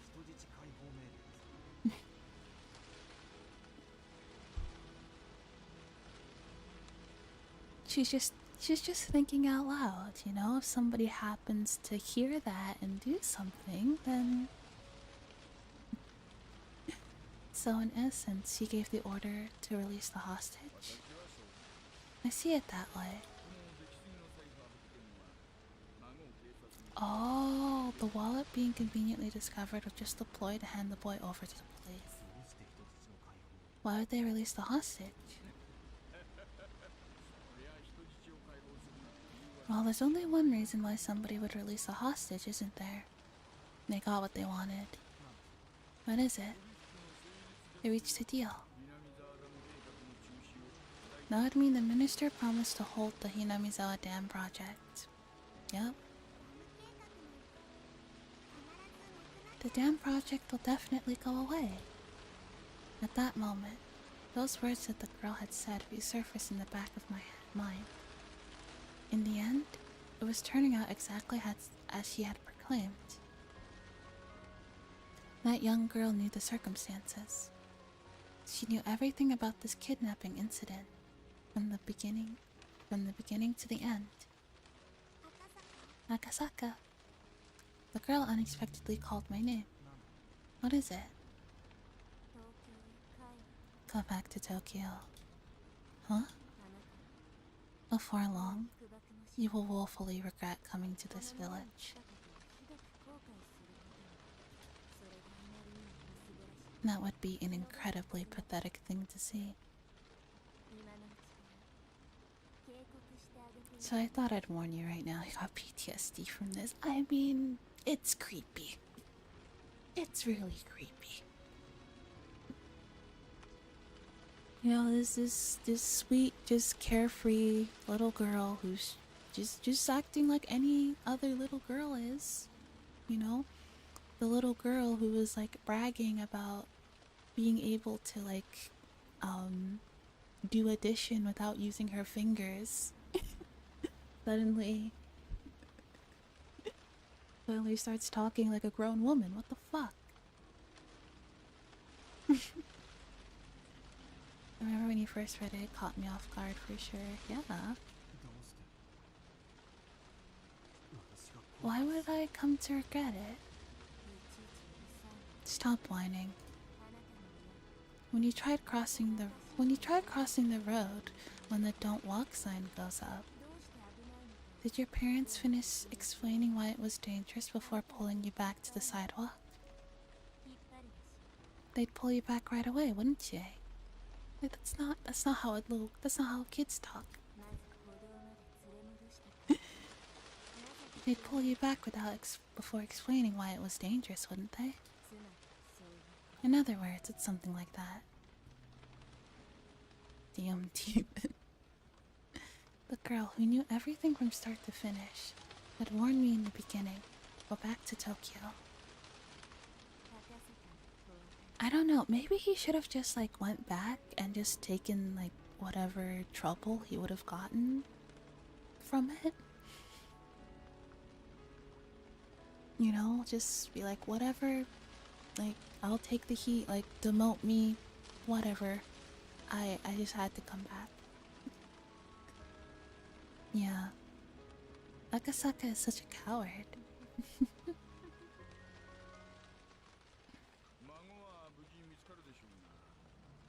We'll probably find the boy, but what happens afterwards will probably be a bit of a problem. How will it be a problem, though?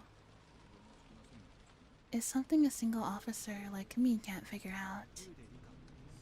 Do you know a girl named Rika Furude? What I had said was such a non sequitur that Oishi sat in stunned silence for a while. Of course I know her. She's the only daughter of the Furude family, one of the 3 families. What kind of girl is she? Well, that was an unexpected name to hear. I'm quite surprised. Does public safety think the Furude family is fishy and wants to keep an eye on them? Share some of that information with me, please. No, it's not like that. It's just something that caught my attention. Hmm? Well, whatever.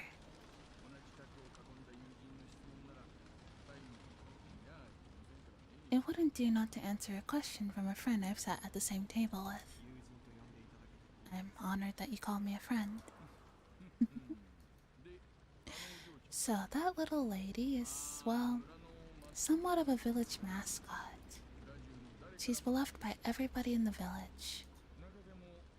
Some of the older folk worship her especially. Worship? I don't know much about it, you see.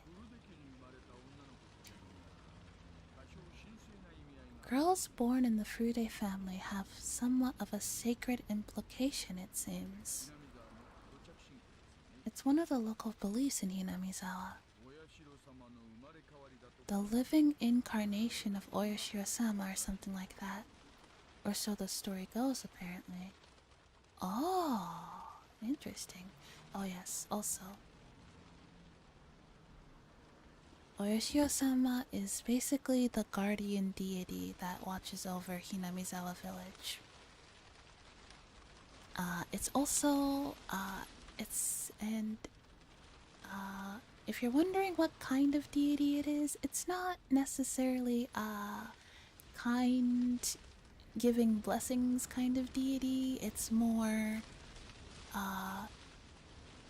make sure you do what I say or I'll curse you kind of deity.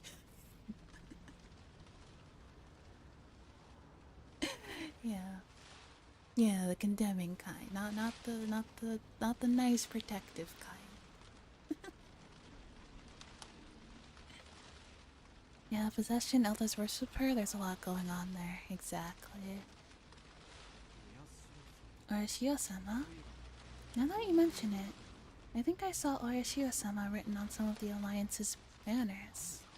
What is Orishio-sama exactly? Ah, it's the name of the guardian deity of Hinamizawa. They believe it will exact punishment on those who do ill will towards the village. And depending on who you ask, ill will can simply be leaving. Like, apparently, like, if you leave the village and go somewhere else, that counts.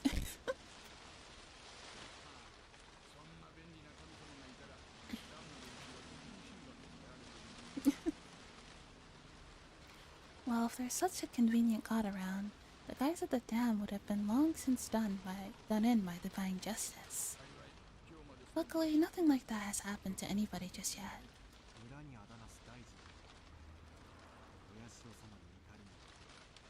Convenient. The grandson of the minister who trifled with the village as a result of Orishio-sama's anger was... what did they call it again? Oh, you're right. Onikakushi. The minister's grandson was demoned away. That would probably be how the script is being written. I see. It would probably turn into something like that. The fine punishment brought by Orishio-sama. And the culprit is the living incarnation of Orishio-sama. That girl? Even I didn't know exactly what I was saying. The fact that Oishi laughed it off was a bit of a relief.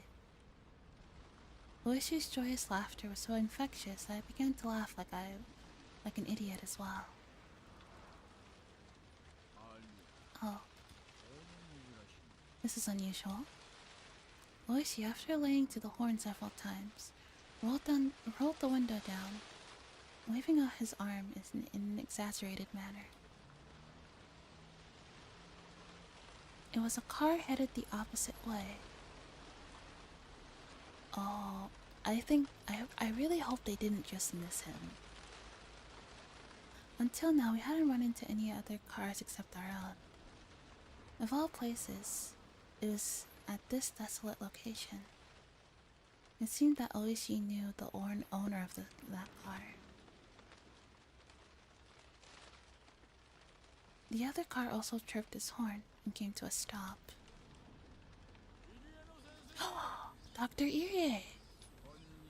Good afternoon. The other car's window rolled down slowly, revealing a young man in a white overcoat. Okay. He was about my age, perhaps a bit older. But you really can't judge somebody by their appearance. Well, if it isn't Oishi-san. Good afternoon. Fancy meeting you here. That's my line, Doctor. I never thought I'd see you here. What happened? Oh, nothing. Just a little house call. Oh, really? Was it an emergency? No, nothing quite that serious. Thankfully. It's always for the best when the patient gets better without the need of medical care. I'll take my leave here.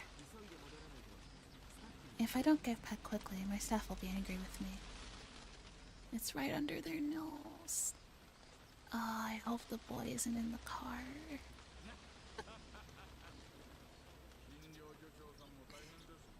Being the head of a clinic must be tough. Well then, take care. The young doctor named Irie, after gesturing his farewell, drove forwards and soon disappeared around the corner. Oishi also drove forward but soon came to a stop again. He pulled out a warm map book from the dash. All Irie had to do was explain the situation at that house call. Yeah. If he had, they would have known. Oh fuck. His expression didn't have any ounce of irreverence. He was perfectly serious. I wonder why he didn't. What is it? The clinic shouldn't be making any house calls today. It must have been quite an emergency, otherwise a patient with some extenuating circumstances.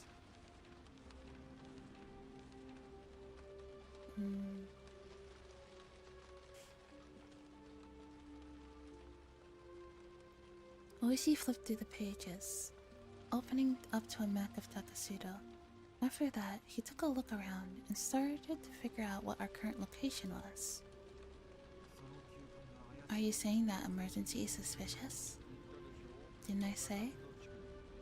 There's hardly anybody that lives in the Takasudo area. The road we're on right now is here. Dr. Irie came from this direction. Having no sense of our surroundings, I couldn't digest anything about the place he was indicating on the map. Oh yeah, they're catching on. Okay.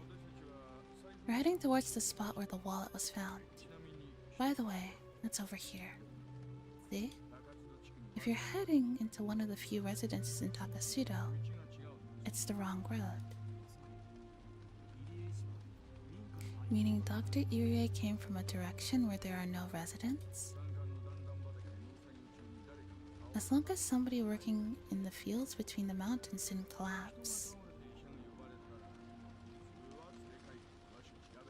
But if somebody collapses and you call a doctor, normally you'd bring them back with you for a more detailed examination.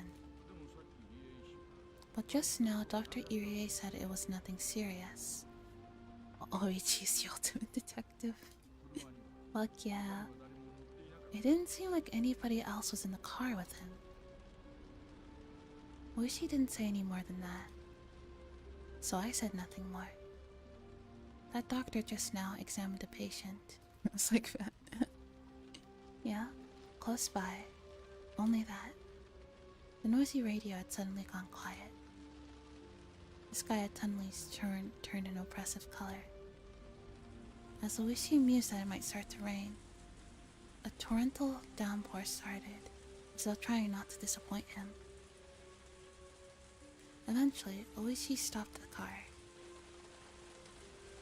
The only sounds to break the silence were the percussion of the rain on the roof and the soft squeak of the windshield wipers. Let's do this a bit hush-hush, shall we? Saying that in a quiet voice, he exited the car without an umbrella, careful not to make any noise. Oishi leaned over, indicating the underside of the thicket. He was pointing to a prefabricated shed and a car that was parked beside it. The car looked obviously well cared for, and it wasn't a vehicle that had been left there for several years, so they're still there. What's that shed? It contains equipment used by the forestry service. I heard they don't go near it except during the summertime. Does that car belong to somebody from the forestry service then?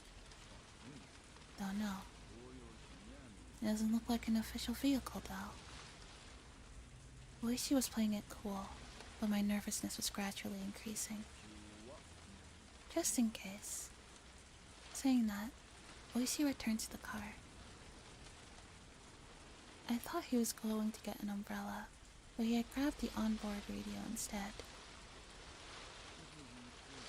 Hello, this is Oishi. Do you read? Greetings, greetings. Yes, this is the Okinomiya PS. You read your out and clear. Over. I'm currently in front of the Forestry Service equipment shed. Not the one in direction of Yanokichi, the one in Takasudo. If you head here from Hinamizawa. Affirmative, copy that. There's some suspicious people in the shed. Proceeding to investigate. If you don't hear back from me in 5 minutes, get in touch with the local police substation and have them set in cruiser as soon as possible. If you would, please. Understood? Smart. Okay, okay. Alright. Then, shall we go take a look?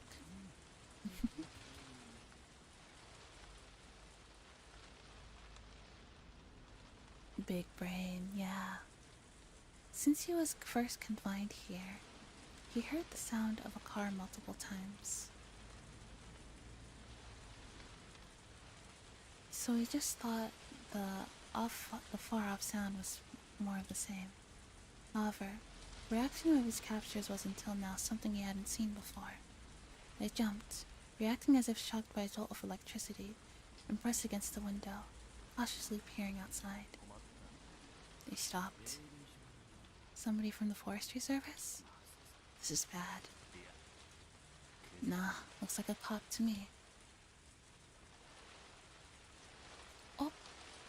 One of the captors lifts the boy by his collar and presses a blade against his cheek. Hey kid, keep quiet for a bit. I think you know this, but if you try and shout, there'll be problems. Toshiki Ikuzai was sure that the doctor had reported things to the police. He did not.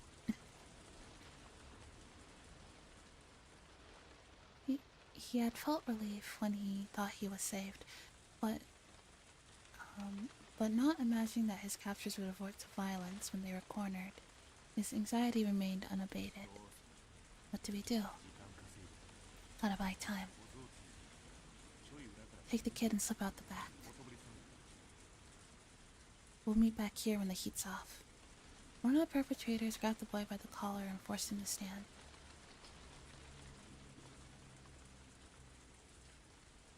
Of course, Toshiki Ikuzai tried to resist by feigning that his illness had been aggravated by this rough treatment, but his captors paid no heed. The door was violently banged upon. Excuse me. Hello? Bang, bang, bang, bang. The door was banged on again. Toshiki Ikuzai hesitated for a moment to respond to that voice by yelling. However, while he was being indecisive, his mouth was covered, taking that option away from him. The leader of the captors waved at the other to go. The younger perpetrator nodded in response, while keeping the boy's mouth covered. He started heading towards the back door. Oh, you need something? How you do? This is the place. Would you mind opening the door? The sudden rain has us in a bit of trouble. I'll just open. The moment the lock was undone, Oishi forced the door open. With a gleam of menace in his eyes, he pushed the man aside as he stepped into the room. Then in the small empty room, he was quickly able to discern that the boy he was looking for was nowhere to be seen. I heard this was an equipment set for the forestry service, but there's nothing here at all. There is nothing inside this room that would indicate this was an equipment shed. There's only a mountain of blankets indicating that somebody was sleeping here, alongside empty food packets strewn about. Ah, it's been empty for some time now. I've never seen no equipment stored around here. But this is the Forestry Service building, isn't it? Are you from the Forestry Service? Are you? Oh, about the police? The two of them glared at each other suspiciously. Both Oishi and the man steadfastly refused to reveal their identity before the other did. The man, judging from the sharp look in Oishi's eyes, realized that it would be hard to talk his way out of this one. No matter what he said, the most time he could buy would probably be a few dozen seconds. Only the sound of the rain filled this tense moment. Just then, they heard the sound of a struggle from far off. Oishi had a hunch. Oh, of course he would have Akasaka go to the back door. Let's go. There was no doubt that Akasaka, who was circling around back, had run into the perpetrators who were trying to slip away. As Oishi thought that, the man in front of him reacted a moment faster. The man swung with an attack that was more intended to obscure Oishi's vision rather than actually hit him in the face. Seizing his opportunity, the man aimed a kick at Oishi's groin without any hesitation, but he missed his mark and was unable to land that critical blow. Bruh. The man trying to pin Oishi grabbed him by the base of his neck with both hands and fiercely tried to push him down. Hello, Boxer. Hi, welcome back.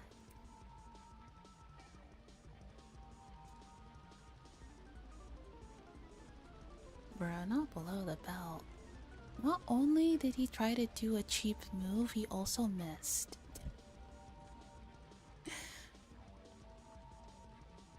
But as Oishi fell backwards, as if kicking the man upward, he dug his foot into the man's midsection. With that leg acting as a fulcrum, the man was flung by the falling Oishi as if by a circle throw. The two of them squared off. Oh my god! Saya, thank you for the raid. Hello. Hello, raiders. Welcome in. Flash out.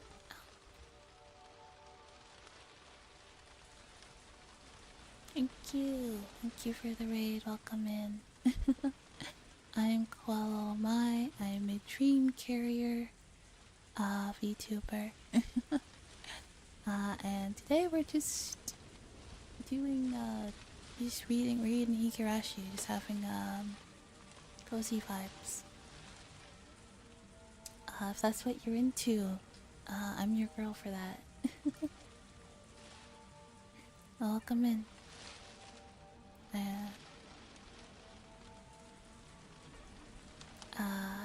Yeah. And if you guys need to raid and run, I understand.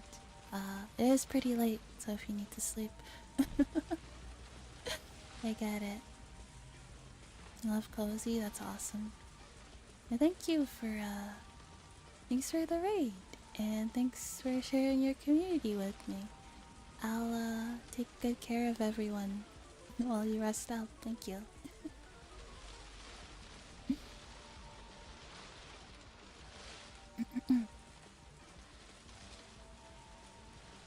Yes, hi, hello. Lars, thank you so much for taking care of them, of course.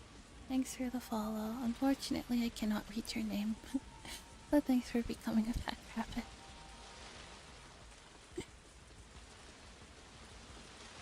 The two of them squared off in the pouring rain. Sorry, I am uncultured swine who can only read one language. Isn't this interesting? Wanna go?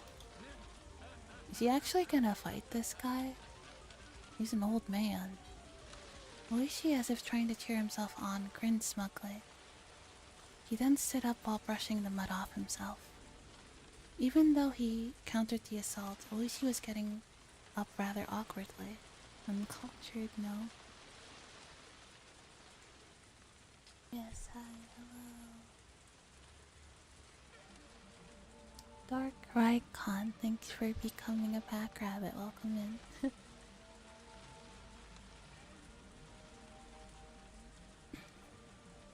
Even though he countered the assault, Oishi was getting up rather awkwardly compared to the man who he threw, who swiftly sprang to his feet. Oishi-san, hurry! Akasaka's voice rang out from the distance. Judging from the distress in his voice, he was already engaged in a fight and wanted Oishi to reconvene with him. But Oishi's hands were full as well. Akasaka-san, sorry, but can you wait a bit? The man raised both his fists into a stance that hinted him being acquainted with karate or some other form of martial art.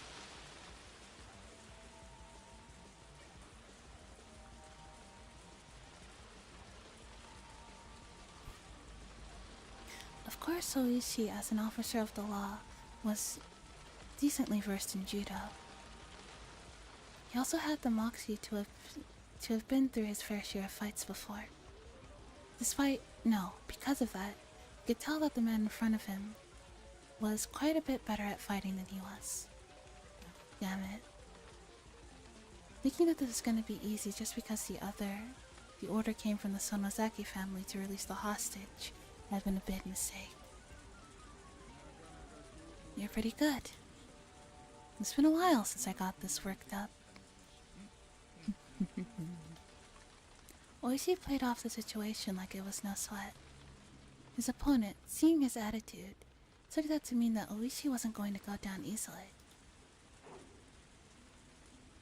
The man wildly charged forward, attempting to grab Oishi. The man managed a successful clinch from his low stance. Oishi would be tackled to the ground and end up being mounted. Seems like it's gonna be a fun time. Yeah, we like to have fun here. I like to get silly and cozy.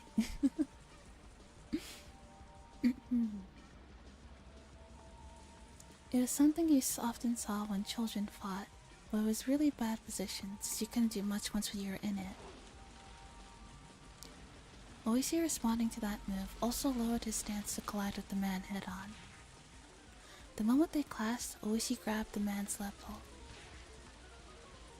As he linked the leg pole forward, he smashed into the man's solar plexus with the elbow of the same arm. It was a move from Oishi's own personal brand of brawling judo. Then he grabbed on his free hand and attempted to throw his opponent with both hands. But the man lowered his center of gravity and swung his arms in a large arc, entwining them with Oishi's. Not only that, he had forced both of Oishi's elbows to the outside, and Oishi now was in an awkward position, was in danger of exposing his back with his hand still clutching the man's chest. This guy practiced Aikido or grappling, didn't he? Oishi, cursing this fact that his fingers were twisted into the man's shirt and couldn't get away, released his grip. But he was still in the awkward position of being bent over. And to top it all off, at zero range. The man was able to read Oishi's movements completely as he tried to squirm his way into a better position. Yeah, the guy actually knows how to fight. We might be cooked. And then he took the palms off his hands and swiftly clapped them over both of Oishi's ears.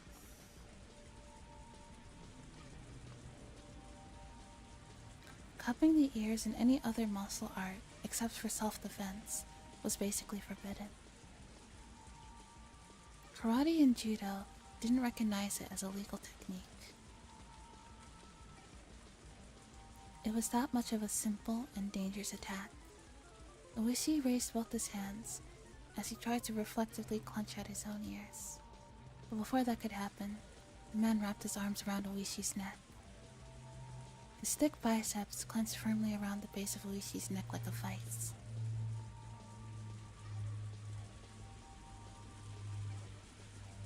Oishi instinctively thought that he was going to be killed. After all, it wasn't hard to believe that a man like this, who was accustomed to fighting, would crush his opponent's neck from this position. It's a soothing voice. I tried. But his opponent didn't do that. He had chosen to keep his hold and force Oishi to lose consciousness. That's why Oishi at that moment, even though his face was twitching, was grazing wildly. Even though his opponent had the chance to kill him, he didn't choose to. He was thinking,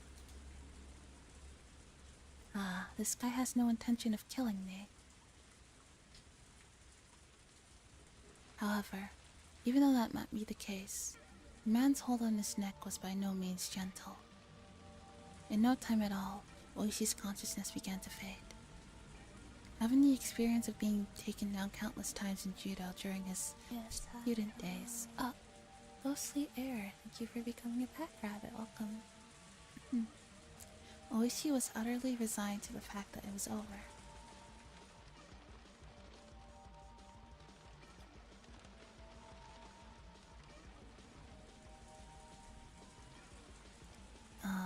Let's see if Akasaka is doing any better. Akasaka was finally recovering from the intense pain of being kicked in a rather sensitive area. He had bumped into the captor carrying the boy by the back entrance. He had seen Toshiki Ikuzai's picture plenty of times, but he wasn't able to immediately ascertain if the boy in front of him was the real deal, with his mouth being covered by packing tape. Also, with his limited experience, it wasn't hard for him to panic over how to deal with the situation. Of course, the perpetrator didn't overlook his momentary lapse. His kick landed squarely in a critical spot, with Akasaka not even having the time to call for help. Ah, thank you for the hydrate.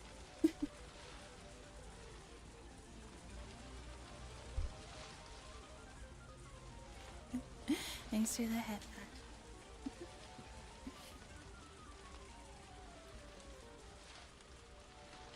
His kick landed yeah, I read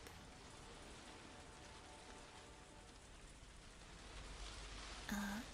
As the man flung the boy over his shoulder, he headed towards the front of the shed. But upon hearing Oishi's bellowing voice, he gave up on going in that direction. He then dashed off towards the forest. As if the weight of the boy slung over his shoulder wasn't ever there. Akasaka was lost for a moment. Meeting up with Oishi, who was fighting with the enemy, was by far the safer option. But he couldn't lose sight of the fleeing man. Akasaka stood up and chased after the captor's back. He ran through a short thicket, branches and fallen leaves crunching underfoot. I'ma head to bed. Good night, ghostly. Hope you sleep well. Thanks for stopping by.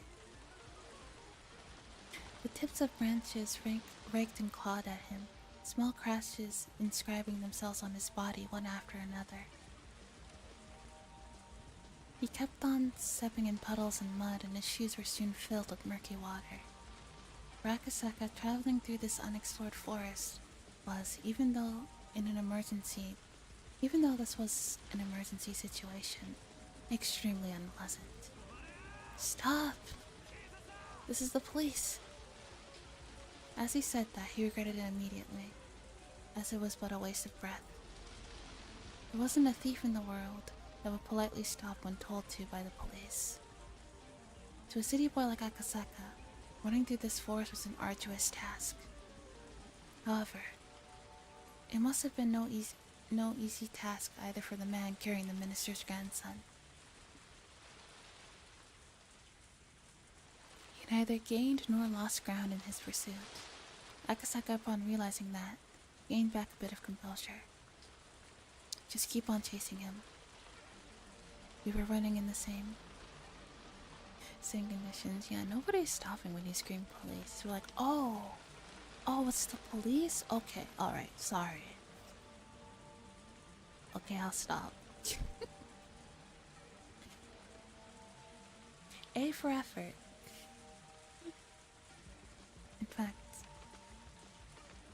In fact, the man running with an awkward stride was at far more of a disadvantage.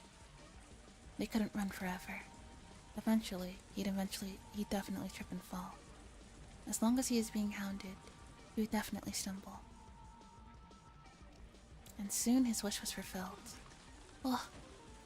The man who had stepped on something and lost his balance was no longer able to bear the weight of the boy dropping him. Akasaka, in all honesty, didn't care about the perpetrator at all. Just so long as he could ensure the safety of Toshiki Inukai. So if the perpetrator ran off by himself, it was perfectly acceptable.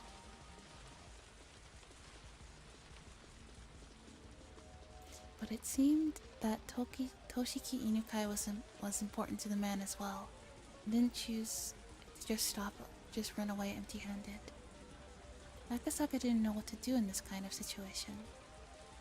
His first priority should be to ensure the safety of the boy, subduing his capture being less important. Grappling with the perpetrator wasn't something he planned on. But most likely it was either do or die. Akasaka's moment of indecision proved to be fatal. The man, aiming right between, or rather for both of Akasaka's eyes, struck out with a jab. Not wanting that, Akasaka raised both of his hands to shield his face. And in that moment the man kicked his unguarded midsection. The pain almost felt like his vital organs were being squeezed out of his body, but he latched onto his opponent's leg. But his opponent didn't hesitate one bit. Leading with his seized foot, the man jumped at Akasaka, applying pressure and pushing him down. Akasaka was unable to withstand that and fell. But under no circumstances was he letting that leg go. The two men fell together in a tangled heap. Poor Akasaka should have been home to his pregnant wife. He should. The man was desperate to pull his leg free from Akasaka, but having fallen in an awkward position, was unable to. The two of them rolled down onto the ground, floundering about trying to gain an advantage. But Akasaka was holding onto the opponent's knee with both hands, and that opponent, who had complete freedom to move his upper body, were in two completely different situations. The man gained a positional advantage on Akasaka, who was still latched onto his leg and wouldn't give way, and pounded full force on his head with both fists. Not only that, he found a rock nearby and beat it against Akasaka's skull. Oh no. Also hello, Crescent. My favorite property. I adore these stories. Me too. I hope you enjoy my reading of them. Hi.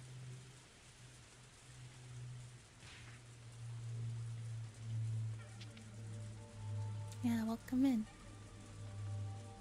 He might be killing him. The difference between being hit with a fist and being hit with a rock was vast.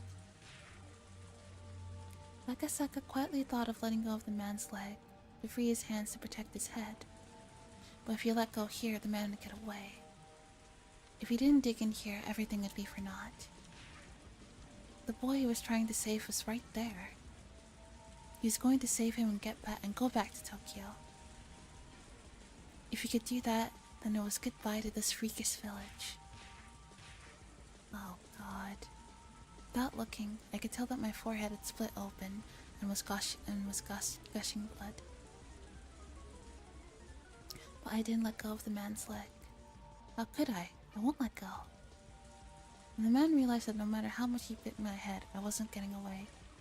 He used both of his hands to grab my throat, as if to crush my windpipe. I pulled my head back, as a slight form of resistance, but it was of no use. The man's hands enveloped my neck, and began to crush it like a vice. It was less about the pain of not being able to breathe, so much as it was choking so hard it felt like I was going to throw up. Oh no.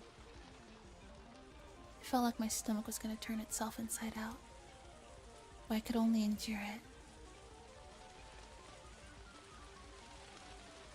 Damn it, damn it, damn it. My throat hurts. I won't let go, I can't let go. I didn't want to be here.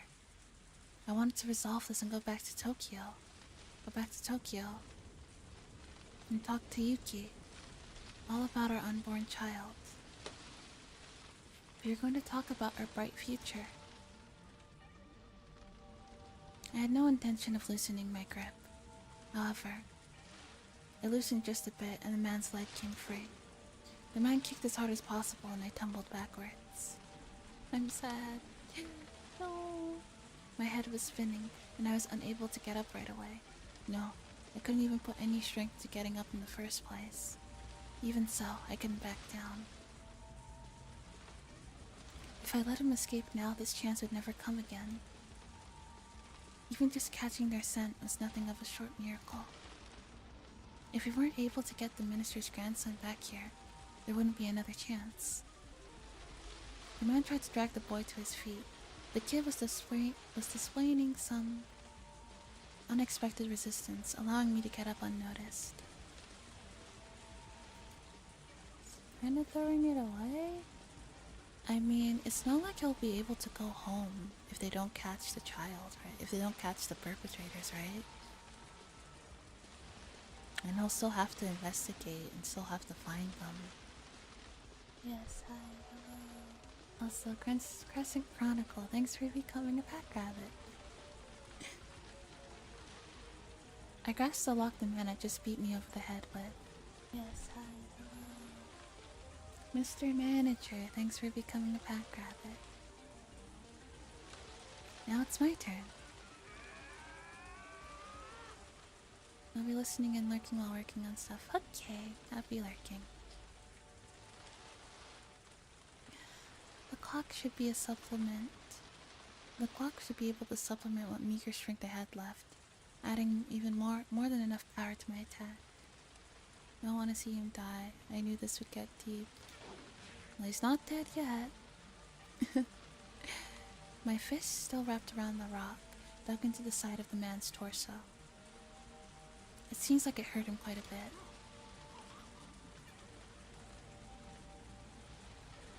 The man rolled around for a bit, clutching his side.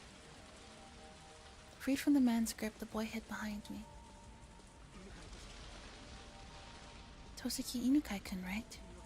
I've come to help you. To the boy, those were the words he was waiting for the most. But the crisis was still not over. That was because even though he was still clutching at his side, the man had gotten up again and taken a fighting stance. I could see in the man's eyes the resentment at the pain I had caused him, and the confidence that he could still beat me.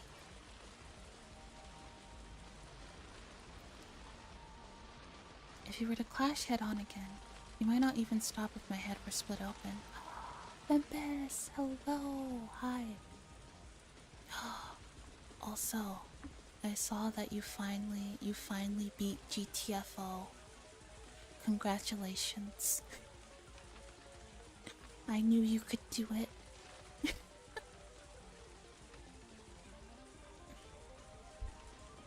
I knew it would happen one day. You know what they say, if at first you don't succeed, right?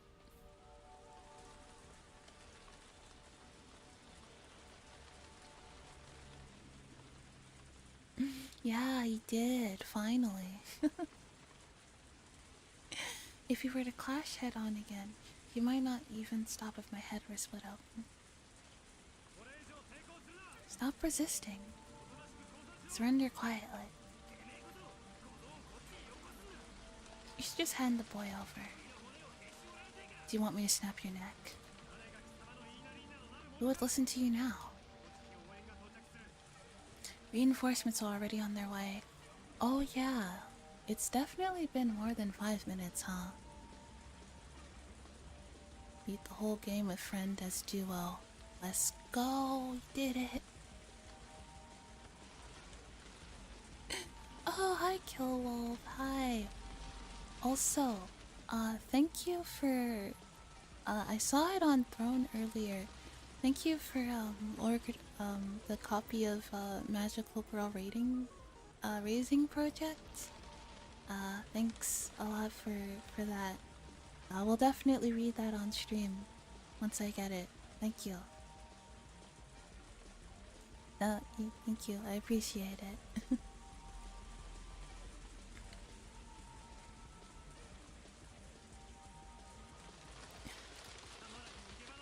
There's nowhere for you to run. The man reacted adversely to the word reinforcements. It was because he now knew that arguing like this wasn't just not just a waste of time, but brought him closer and closer to danger. 333 hours. Last mission might have taken close to 60. I admire your perseverance. I think me and Teddy, I think the furthest we got was like the 3rd mission. And we're like, nope, we're done. Tapping out.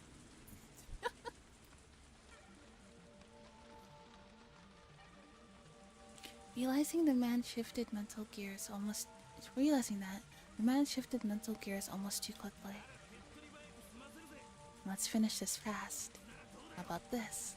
What? What the man pulled from his back pocket was of all things a gun. I knew it. Of course they had guns. Of course I'm a police officer. It's not like I don't know what a gun is. And everyone pointed at me was something I'd never experienced before.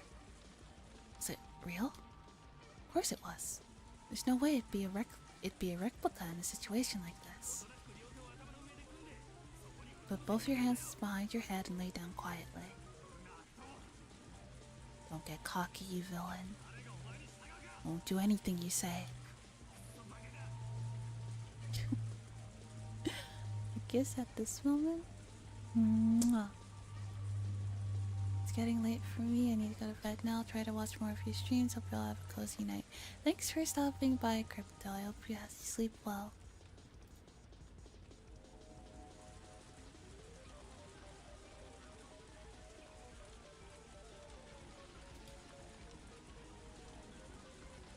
Yes, I got sad needed one. You stupid idiot.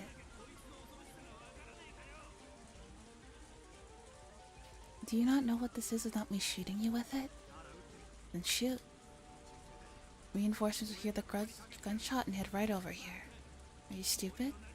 We're in the middle of the forest. On top of that, it's raining. I'll never hear a thing. As long as he still held a gun, no matter how much I yelled at him, I was at a distinct disadvantage. But I still had a fighting chance.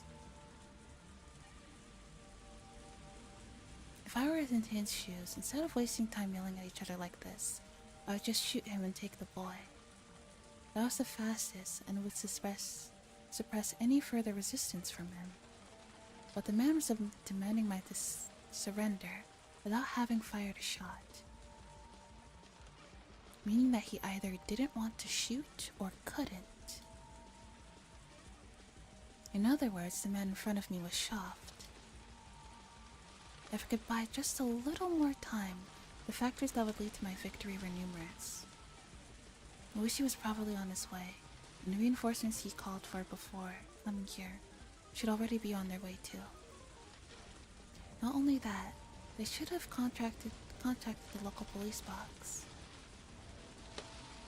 Without a doubt, somebody stationed in the village would be here much quicker than that. Damn it. Do I have to put a bullet in you to understand how dangerous this thing is? There's no escape. Don't add to your crimes. Wait, don't you have a gun too? Why don't you pull out your gun? Or maybe that might make him want to shoot you more.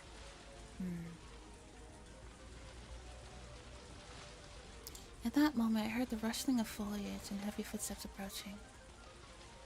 If Oishi was coming here, it was a whole new ball game. The man couldn't have more than one gun. Oishi-san. As a cop, you'd think he would have pulled a gun. But he has said he's never fired it before. So he might be apprehensive about actually using it. Over here! Over here! Huh? I had thought that time was on my side. But I had failed to imagine that even the enemy could also have reinforcements. Last message was the hardest one. Time limit has to be increased by terminals with every type of enemy everywhere. With class 6 plus alarms, reactor, and boss fight. Oh, Jesus Christ! I could never. You could tell the man You could tell the man who had just appeared was one of the perpetrators just by looking at him.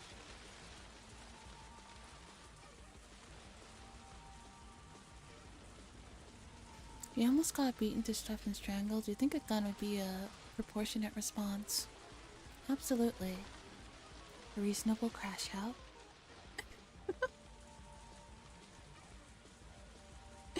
What you doing? If you don't hurry up, the police will get here. Stop lollygagging. Damn it. What happened to Oishi-san? Chubby fella? An even harder challenge. What else? What else is there? That chubby fella? He's down for the count. Yes? Damn it. The boy, sensitive to the impending danger, curled up behind my back, uninstalling the game.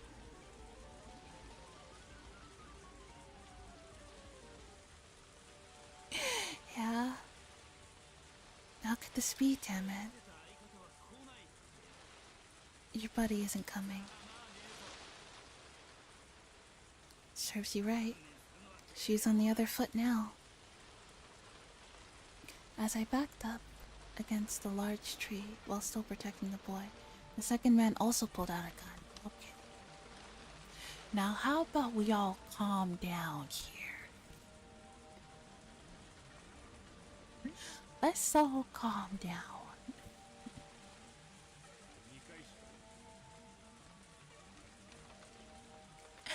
I won't be saying this twice. Put your hands on your head and lie down. I refuse. Oh! I mean, what'd you think was gonna happen, dude? I don't know. What you think was gonna happen, dude? As I shouted in protest, blood erupted from my left shoulder. I took a few moments to register that I had been shot. Compared to the ones in movies and TV dramas, the first actual gunshot I heard was simple and mundane.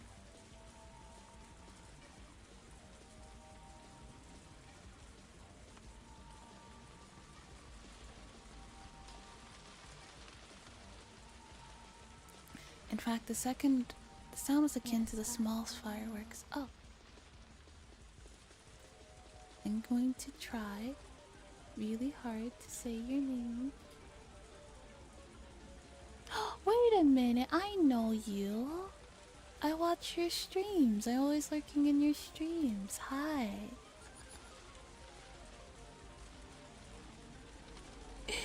It's Furushi. Hi. Welcome in. Saw you on Twitter. Love Higurashi. Hi. Yeah, I'm gonna give you a shout out actually. Yeah, I love Higurashi too. It's been really fun reading it with everyone.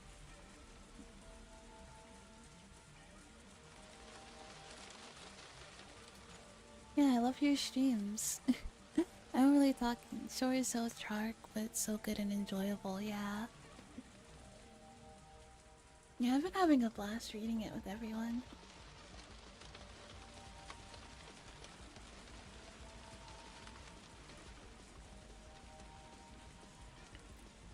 But there is no comparing to the pain. Both versions, yeah. Dealing with Koala makes it so much fun, do I? I try my best. To, like, commentate on it and make it, like, a little bit more interesting. You've been shot before, Chinny? Oh my god.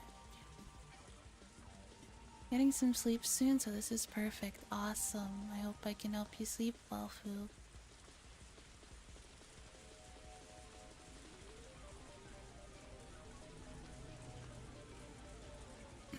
Got shot in the leg? Oh my god. That sounds terrible. Are you okay now? But there's no comparing to the pain. It was a fear you only knew after you've been shot.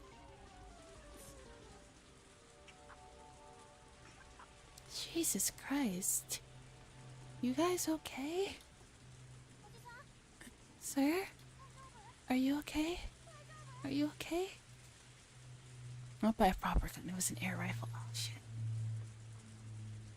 It scared me. I actually got shot.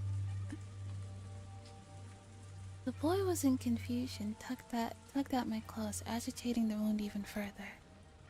I wanted to put on a bold face and reassure him, but my voice was hoarse and had the opposite effect. I'm alright, still have a big old scar on my leg. I've already called for backup. There'll be a full squad here soon. Ugh. It'll be quicker to put one through your head before the cops get here. Also be Octopath 2 this weekend. I now understand why people like it more than the first. Really? We still need to finish Octopath Traveler. The first one.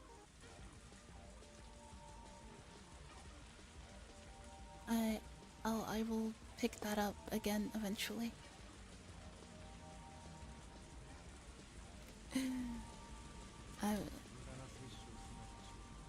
But the family said no needless killing, so I'm taking it easy on you.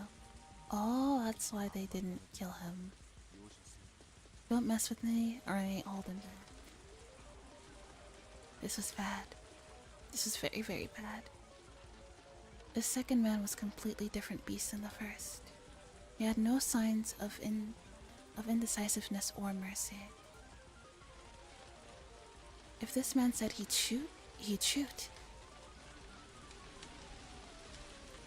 He wasn't somebody a man like me could buy time from. I really hated to admit it, but at that moment the image of Yuki's smiling face crossed the back of my mind. I knew what that meant.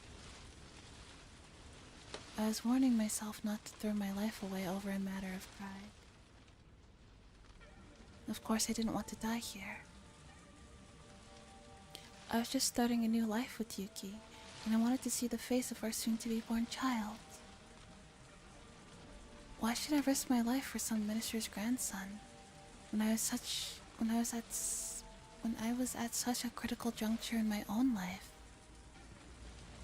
Ugh, damn it. I need to stop rambling at myself. So, what do I do now? Give up the boy and extend my own life? What a good idea. Everybody's life is precious. My own life was in danger. No one would blame me. Damn it, it hurts. If I had known it would be this painful, I wouldn't have played the tough guy. My biggest miscalculation, though, was that the sound of the gunshot was far quieter than I had imagined.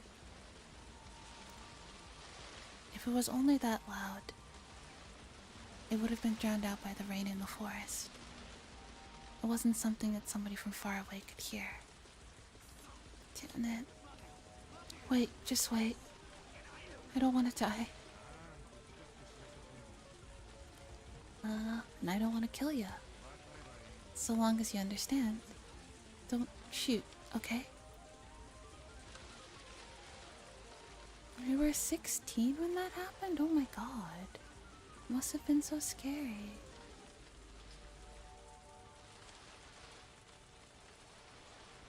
It was... Don't shoot. I have a wife waiting for me at home. I don't want to die. I won't shoot as long as you don't yell or nothing. Just quietly put your hands on your head and lay down. Will you really? Will you really? You'll keep your promise, right?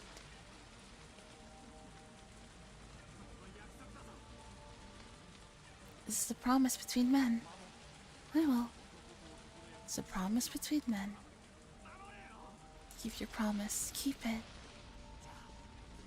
I'm going to get down on the ground, okay? I'm getting down. I'll keep my promise. So stop pointing that gun at me. You're still thinking of shooting me, aren't you? You don't want to shoot me, do you?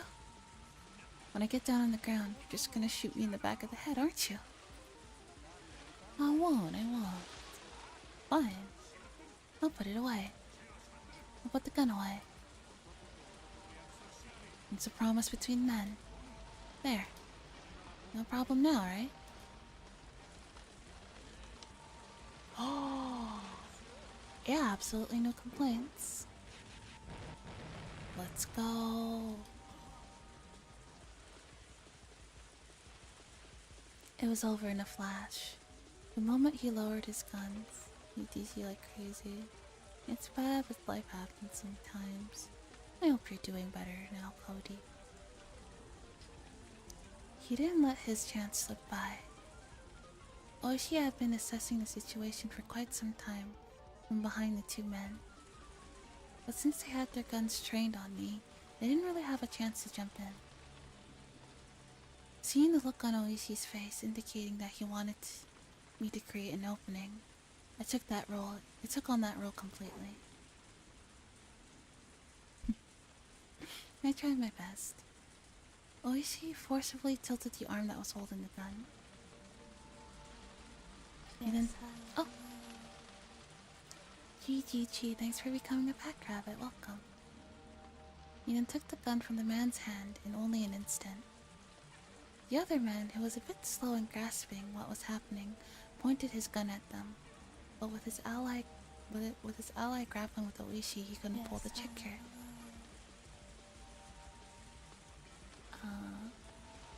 EJ Wolf, thanks for becoming a pack rabbit. Welcome, hi. Hello, how are you? If that man was the one that was wrestling with Oishi at the moment, he might have shoot without hesitation. This man wouldn't shoot. He couldn't shoot. Oishi kicked the other man away, and while aiming the stolen gun with his left hand, pulled out his own. With a gun's akimbo, he was aiming at both men at the same time. Okay, Oishi's kind of a badass, holy shit.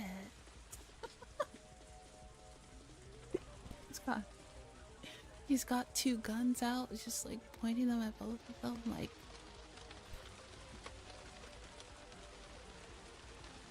Alright, now let's all calm down.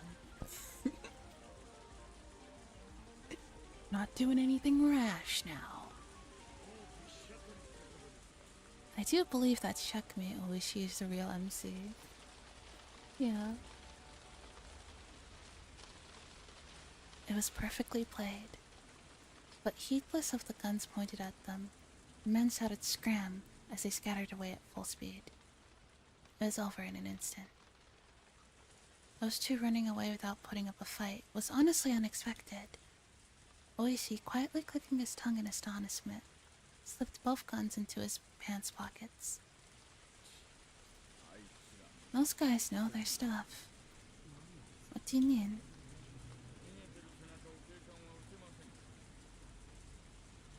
An officer won't fire at somebody who's fleeing.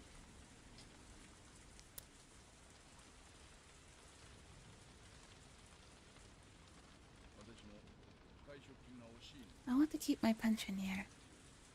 Oishi and I grinned at each other.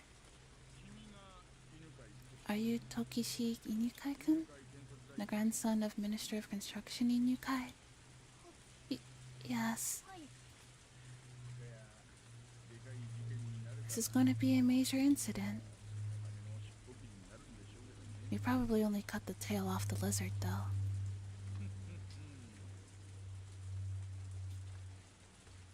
Oishi smiled amusedly. The fact that the Onikafuji guardians, or rather the Sonosaki family behind them, was pulling the strings was apparent, but proving it wouldn't be easy. And with apologies to Oishi, this incident was unlikely to go public. If this caused an uproar, it would obviously lead to the minister losing his office. With HQ having decided that doing so was in national interest, this would probably be cleaned up quietly. It might be a rough way of saying it, but This was born in the shadows and was going to die in the shadows. Oishi probably understood the implications behind this incident. For the time being, let's cordon off the area. It seems like one of them still has a gun. After that, let's get Inukai-kun to safety and get you to the hospital. As the tension of the situation faded, the pain from the gunshot wound in my shoulder blossomed again. My forehead was also stinging painfully, and it had grown hot enough to start a fire. Thinking of the tension it caused me to sweat, I wiped my forehead, but what came off was a large amount of blood. I realized that my shirt had been stained bright crimson from the blood flowing from my hand. I turned around. The boy was safe and sound, without a doubt. There would probably be an investigation on the men who ran, but that's for another day. At this point in time, I could safely say that we cleared a major hurdle of securing the boy's safety. As soon as I recognized that, it felt like the lights in my head had been hit by a power failure. Oh, all the adrenaline is wearing off. My knees buckled from underneath me and the ground feeling soft as a crowd. It didn't feel unpleasant even though I was covered in rain-soaked mud. Oishi came closer asking if I was okay, but somehow I couldn't tell. I turned off the light switch. I turned off the switch to the last light in my head. The exhaustion enveloped me. Sleep. Something softer than any blanket wrapped around me.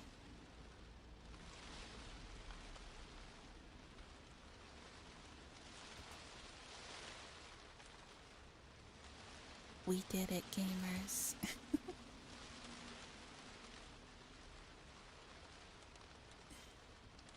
Just one tip today.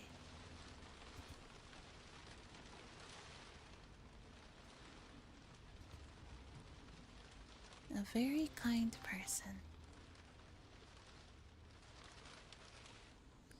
Patients admitted to the hospital can only accept calls at fixed times. That's why she wouldn't be receiving a call from him today. Yesterday, she had teased him that he had got lonely easily, so he might have struggled with the idea of calling her sooner.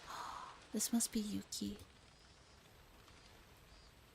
That was much easier to imagine, rather than he just might be too busy to call. Because he was just that type of person. Yuki, whispering that, smiled to herself. The announcement that the visiting hours were over played over the hospital intercom, along with some music. She exhausted pleasantries with the family of the patient that was staying in the same room as her. It does feel kind of abandoned. I know we had no choice because it was for work, but still. Probably eager for his daughter to be discharged, their small child was for his mother to be discharged, their small child was wearing a beaming smile. That child mother was pregnant in the bed next to mine, with what may be their new brother or sister.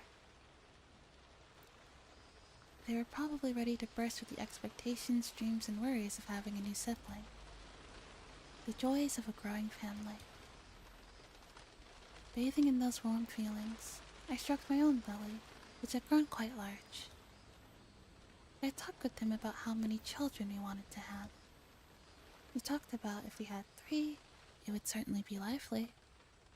However, there was the inescapable worry of whether I'd be able to handle giving birth that many times. Dude needs an extra long vacation. Yeah.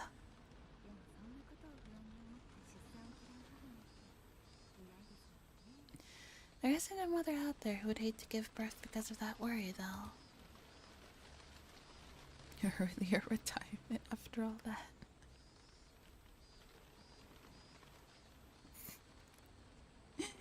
Yuki, smiling as he said that to herself, gently stroked her stomach. the Metropolitan Public Safety Division. The place where that man's sense of justice had led him. That person was actually a very gentle, very fragile person. He didn't talk much about the specifics, but I didn't think he was suited for the assignment he was on right now. But as long as he's going to try his best, I'd watch over him warmly. Your father, you see, is a very hard worker, you know. Kuchiku. Oh. Yuki seemed to be enjoying herself as she talked to her own belly. At that moment, Yuki suddenly became concerned about something and looked out the window. It used to be this time, long ago. She remembered that when she was little, around this time in the countryside where her grandmother lived, the Higurashi would fill the air with their chorus. This was the middle of Tokyo. Unlike in the countryside, you couldn't hear the song of the Higurashi. But for some reason, at that moment, Yuki felt like she wanted to hear that song.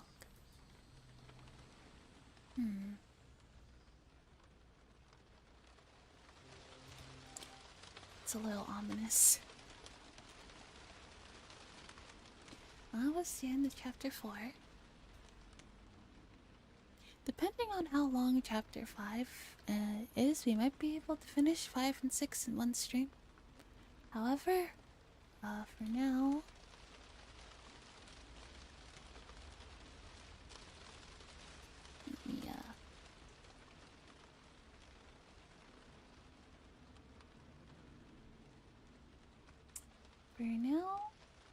thank you all for hanging out with me tonight. That was beyond epic, yeah.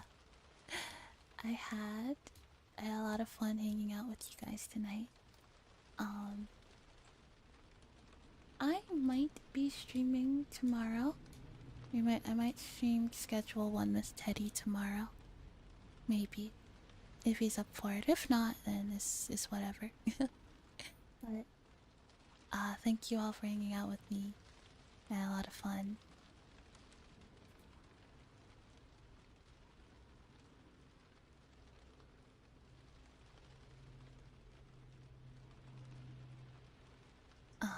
Yes, I had a lot of fun. Yeah, I will see you guys. Yeah, I'll see you guys later. Take care. I hope you all sleep well. I hope you had a lot of fun. And yeah. And thanks again for the hydrate. Bye bye, everyone.